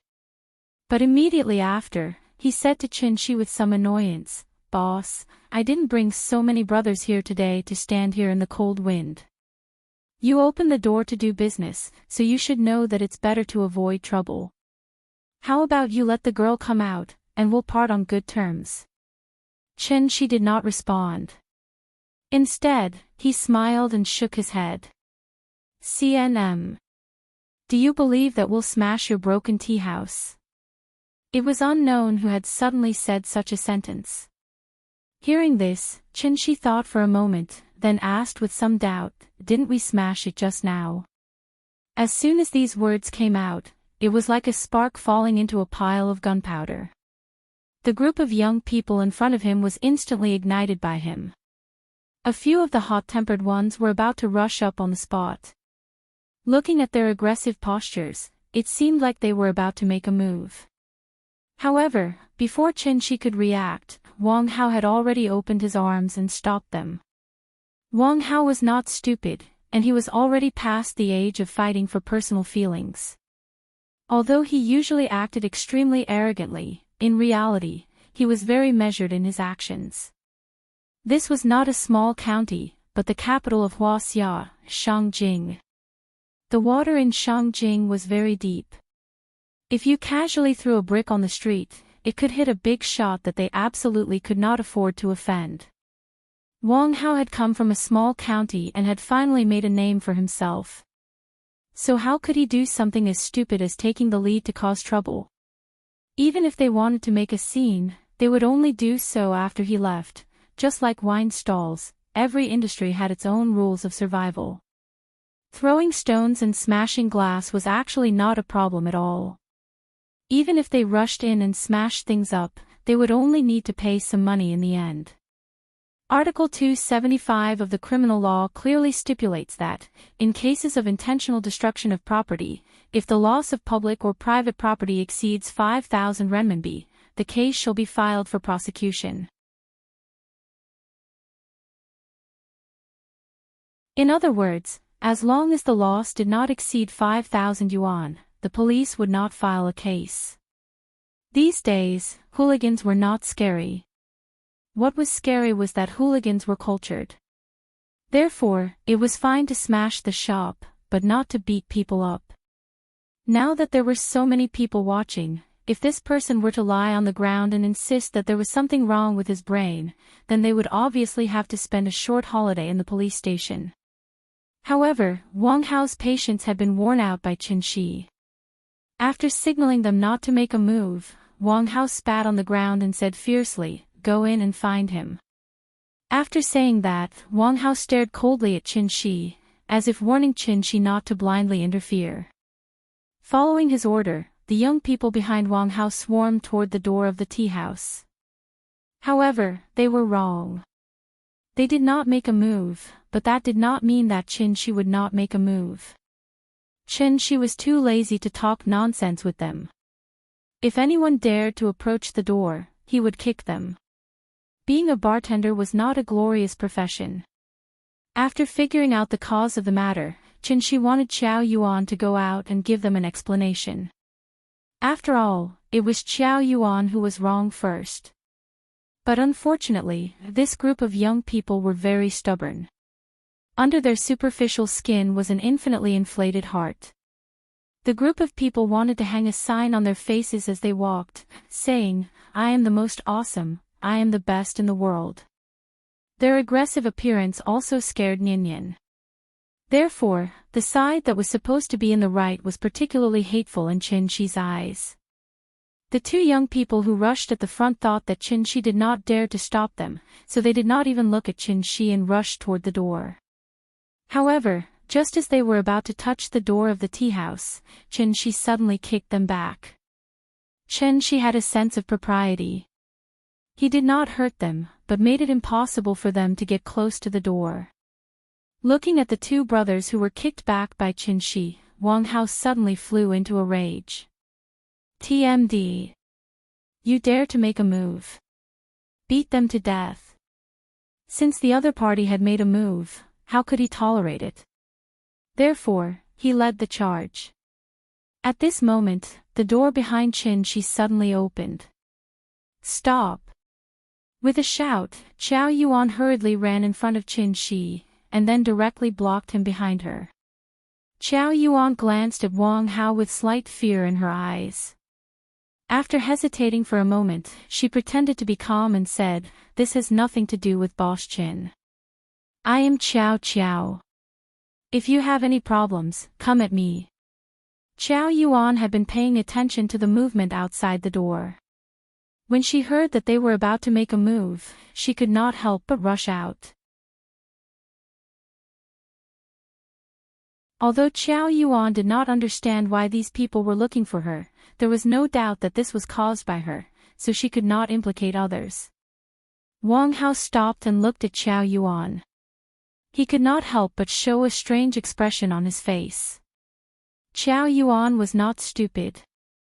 When she realized that the other party had brought a lot of people, she decisively called the police. Therefore, standing in front of Wang Hao, Qiao Yuan had some confidence. She held the phone and shook it in a circle. Then, Qiao Yuan continued to say to Wang Hao, "I'm warning you not to mess around. I just called the police. The police will be here soon." Hearing this, Wang Hao could not help but laugh. He casually mocked, "Call the police? What? What law did we break? B*TCH, let me tell you. It was a small matter, but now you've made a big deal out of it. Just you wait." After he finished speaking, he pointed at Qiao Yuan fiercely. Qiao Yuan was frightened by him. She could not help but take a small step back. But what was strange was that Wang Hao did not do anything. Instead, he brought his people directly to the opposite side of the street. Then, they stood in a row against the railing. Qiao Yuan was a little confused. She could not help but turn to look at Qin Shi and ask, "What happened to them? Did you call the police?"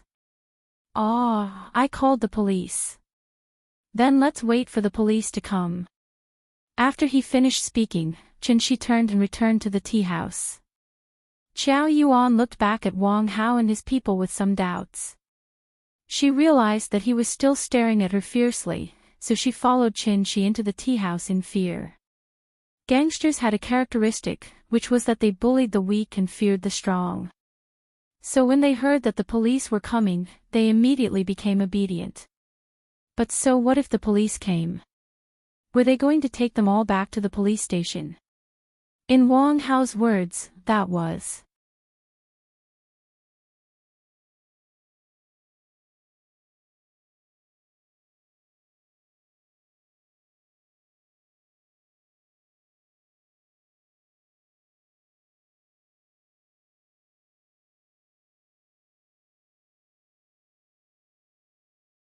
Chapter 142.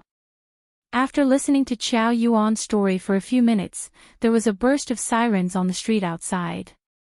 The Ministry of Public Security's 110 Police Service Standardization Standards clearly stated that police personnel must respond quickly after receiving a police order. Any major threat to the personal and property safety of citizens, emergency call for help. In the city, they must arrive at the scene within 5 minutes. In the suburbs, they must arrive at the scene within 10 minutes. This was a hard indicator, so don't make a false police report. Otherwise, you will be invited to drink tea for a few hours. Seeing that the police came, Chen Shi handed the little guy to Qin Ruoying, and he walked out with Qiao Yuan. The police car stopped in front of the tea house. The driver was a middle-aged policeman, and the policeman in the passenger seat was younger, about the same age as Wang Hao. At first glance, it was the standard of a civilian police and an auxiliary police. The middle-aged policeman was not polite. After glancing at Wang Hao and his group, he directly asked Chen Shi, "Did you call the police?" Chen Shi nodded. When he was about to explain the situation to the policeman, the middle-aged policeman pointed at Wang Hao and his group and asked, "Is it them?" Hearing this, Qiao Yuan suddenly acted like a class monitor reporting to the teacher. She quickly interrupted and said, "It's them. They just blocked the entrance of the tea house and caused trouble. They even smashed the window. Did they do anything? Did they suffer any losses?" Qiao Yuan was stunned for a moment. After glancing at the untouched window, she said with some difficulty, "They didn't do anything. It seems that there are no losses. Okay, I got it." The middle-aged policeman nodded, then turned and walked directly across the street. This was a bar street, so there were often some drunk people causing trouble here. As a policeman in the area, he had seen too many, so he was not surprised by these situations. "Who's the leader?" As soon as the middle-aged policeman's voice fell, Wang Hao immediately replied with a smile, "There's no leader. Just a few friends gathering here, chatting and looking at the scenery of Hohai. Don't give me that. Hurry up and leave. Do what you need to do." The middle-aged policeman glared at him and waved his hand to let them leave. Seeing this, Wang Hao said with some dissatisfaction, "Hey, officer, we didn't break the law, right? This is not Songnanhai. Are we not allowed to hang out here?" "That's right. Isn't this bar street? We still have to wait for the night to drink," one of the lackeys casually added. But when he spoke, his eyes were looking at Hohai, as if he didn't dare to look at the middle-aged policeman. The middle-aged policeman was also a veteran. He naturally knew how to deal with this group of punks, so he immediately said to Wang Hao, "Take out your ID card."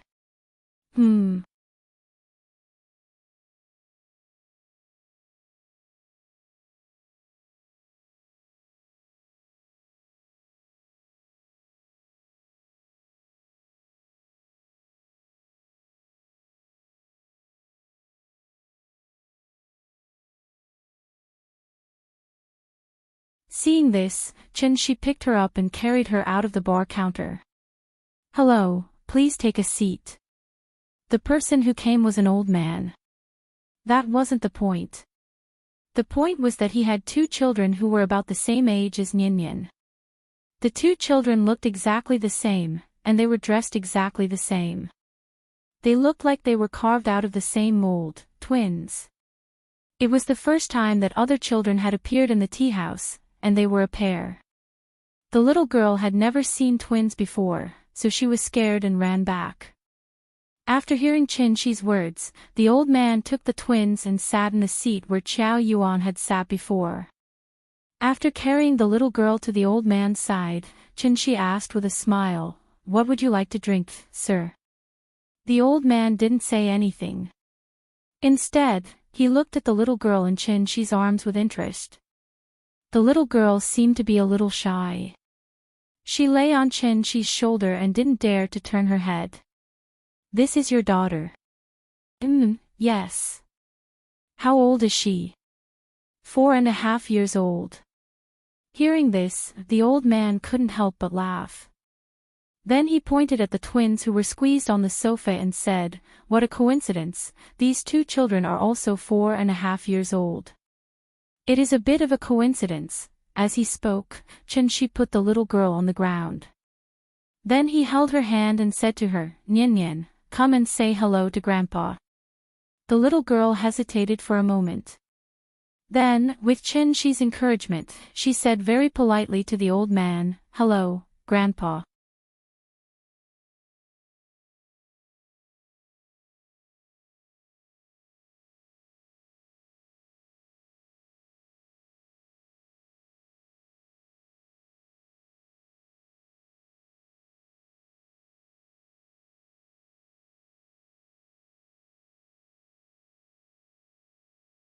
Chapter 145. Playing marbles was actually a very fair competitive game, and it was very helpful for children to learn physics in the future. For example, when they learned about parabola, momentum, force, and other subjects, they could not help but think of playing marbles as a child. This also made it easier for children to understand the content of the teacher's lecture. The little girl had never played this kind of game in her life, so she was immediately excited. The twins were already veterans at this game. When they saw that their sister did not know how to play, they let her play. The little girl played 3 times, but they only played once. Qin Ruoying accompanied the children, and Chen-Chi accompanied the old man to play Go. However, halfway through the game, the old man's phone suddenly rang. The old man took out his phone and looked at it. His face suddenly sank. After picking up the phone, the old man did not wait for the person on the other end of the phone to speak first. He said directly into the phone, "I'm here, don't rush me." After that, he seemed very impatient and hung up the phone. When Chen-Chi saw this, he smiled and asked, "Is there anything else?" "Sigh, some family matters. I have to go. I lost this game. Let's come back another day." The old man shook his head and said. After a gentle sigh, he stood up reluctantly and asked casually, "How much is this tea? You've been sitting here for less than half an hour, and you haven't drunk much tea. You don't have to pay. This bill is on me." Since Chen-Chi said so, the old man didn't hold back. After thanking Chen-Chi, he told his 2 grandsons that it was time to leave. When the twins heard their grandfather's call, they were stunned for a moment. They could not help but mutter, "So fast." They seemed to know that they had something to do later, so they reluctantly said to the little girl, "Sister, we have to go. We'll come back tomorrow to play with you." While talking, the 2 brothers also picked up the marbles on the ground. When the little girl saw this, her face was full of reluctance. However, there was no other way. They had to leave, so she had to silently help the 2 brothers pick up the marbles. "That green one is mine." When the younger brother saw that his marble was taken away, he was like a cat whose tail had been stepped on. He pounced and snatched the green marble back from his older brother's hand. The little fellow squatted on the ground and silently watched them pick their marbles.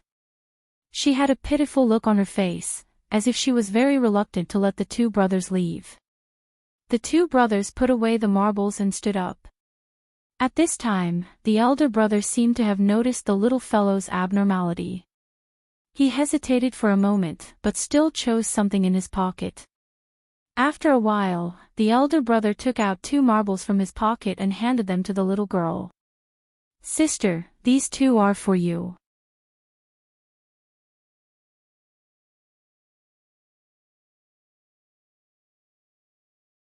Stunned for a moment, Qin Shuiqing asked awkwardly, "What's wrong?" "Oh, did the sun rise from the west today?" Chen Shi said as he pretended to look at the sky. Qin Shuiqing heard him say this and suddenly felt a little embarrassed. During this period of time, she and Qin Yongyan hid in the room all day to cultivate. They didn't even eat on time. Luckily, Chen Shi left food for them every day. Cultivate, eat, and sleep. They only did these three things every day. They were simply lazy. Qin Ruoying knew his sister's character very well. He was afraid that Chen Shi's joke would make her angry again, so he asked with a smile, "Are you going out?" "Yes, I just received a call from the leader. There's something I need to deal with." "Then be careful. If there's a problem, you can call us." Hearing this, Qin Shuiqing couldn't help but look at Qin Ruoying, then quickly glanced at Chen Shi. Then, she nodded slightly hesitantly and said, "Okay, then I'll go first." "Go ahead." After Qin Shuiqing quickly walked out of the courtyard, Chen Shi looked at Qin Ruoying with a half-smile. Seeing this, Qin Ruoying asked with a smile, "If Yuqing encounters any problems, as her brother-in-law, will you help?" "Of course. Of course I'll help." After saying that, Chen Shi suddenly laughed, and then carried Qin Ruoying up by the waist. This sudden action immediately shocked Qin Ruoying. She quickly patted his arm and said, "Hey, what are you doing? Put me down. Let's go. Lady boss, let's open for business." Chen Shi carried Qin Ruoying by the waist, Qin Ruoying carried the little fellow, and the little fellow carried the big cat.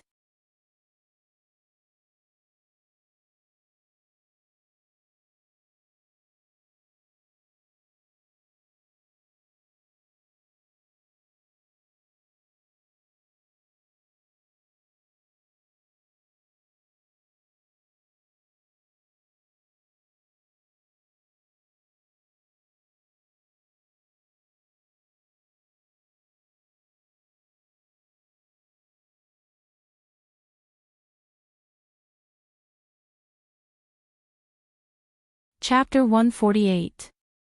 Gu Lao was a very particular person. For the past 2 days, he would take the twins to the tea house after lunch every day. At 5:00 in the afternoon, Gu Lao would refuse Chen Shi's dinner invitation and then take the reluctant twins home for dinner. A cup of vegetarian tea a day was only 20 yuan. Chen Shi didn't accept it, but he insisted on giving it. He always said that it was a different matter. On this day, when Gu Lao took the twins to the tea house again, he suddenly found that there was a children's playground in the tea house. It turned out that the couple saw that the 3 little guys would spend most of their time lying on the ground, so after some discussion, they simply removed the row of booths on the left side of the bar. The empty space was about 7 or 8 square meters. Chen Shi first circled the area with a plastic fence, and then covered it with colorful children's climbing mats. The twins often brought some small toys for the little guy these 2 days, which opened the little guy's eyes, but also gave her the idea of wanting her parents to buy her toys. Chen Shi suddenly realized that he had not bought any toys for Ninian since he came back for so long. So, he discussed with Qin Ruoying to buy a lot of things in Jingdong. Within the 3rd ring road of Shangjing, the Jingdong delivery would arrive the next morning. Chen Shi bought a set of Barbie dolls for the little guy and 2 or 3 sets of accessories for her. Fantasy wardrobes, villas, castles, holiday homes, everything was available. Maybe Nian Nian had a talent for music. A children's electronic organ was needed. Maybe Nian Nian had a talent for painting. Children's paintbrushes, crayons, watercolors, and a painting kit were needed. Nian Nian lacked companionship, so a children's intelligent robot toy was needed. There was also a set of Lego bricks, puzzle toys, good stuff. The couple was addicted to buying. You choose one, I choose one. When Qin Ruoying came back to her senses, the settlement price of the shopping cart had reached more than 8,000 yuan. This was not good. How many toys to buy for the child was a very particular thing. After research by scholars at the University of Virginia, they found that the best number of toys to buy for the child was 5. If there are less than 5 toys, children may feel inferior. But if there were more than 5, not only would the toys not be played enough, but it would also limit the child's creativity. It was also proven that the more toys there were at home, the lower the frequency of children playing with them. Too many toys would distract a child's attention, and it was easy for the child to develop the bad habit of a 3-minute enthusiasm. On the other hand, if the number of toys was small, the child would get tired of playing with them. At the same time, if they couldn't get new toys, the bored child would create new ways to play.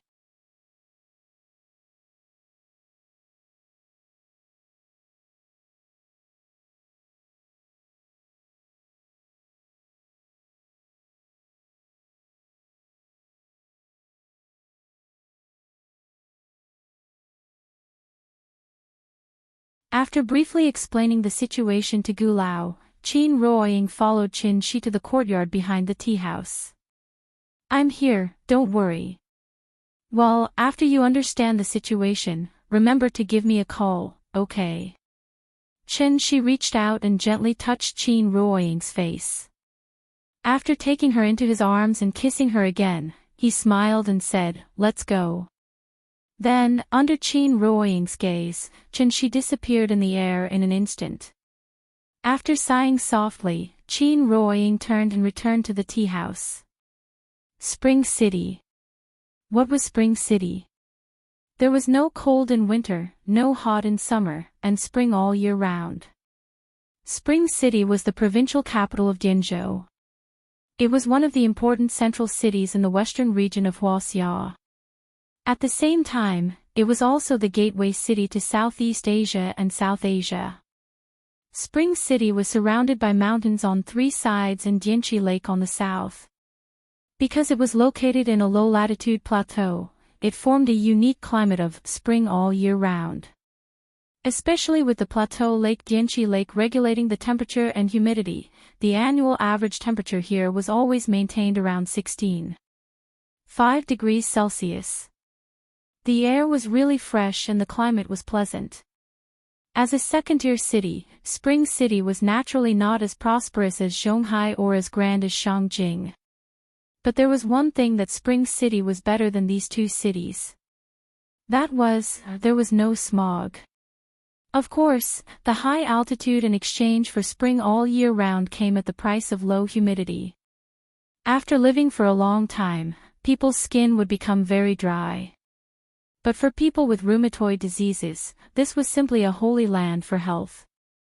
Rome City Military District, Spring City General Hospital. Senior Officials Ward.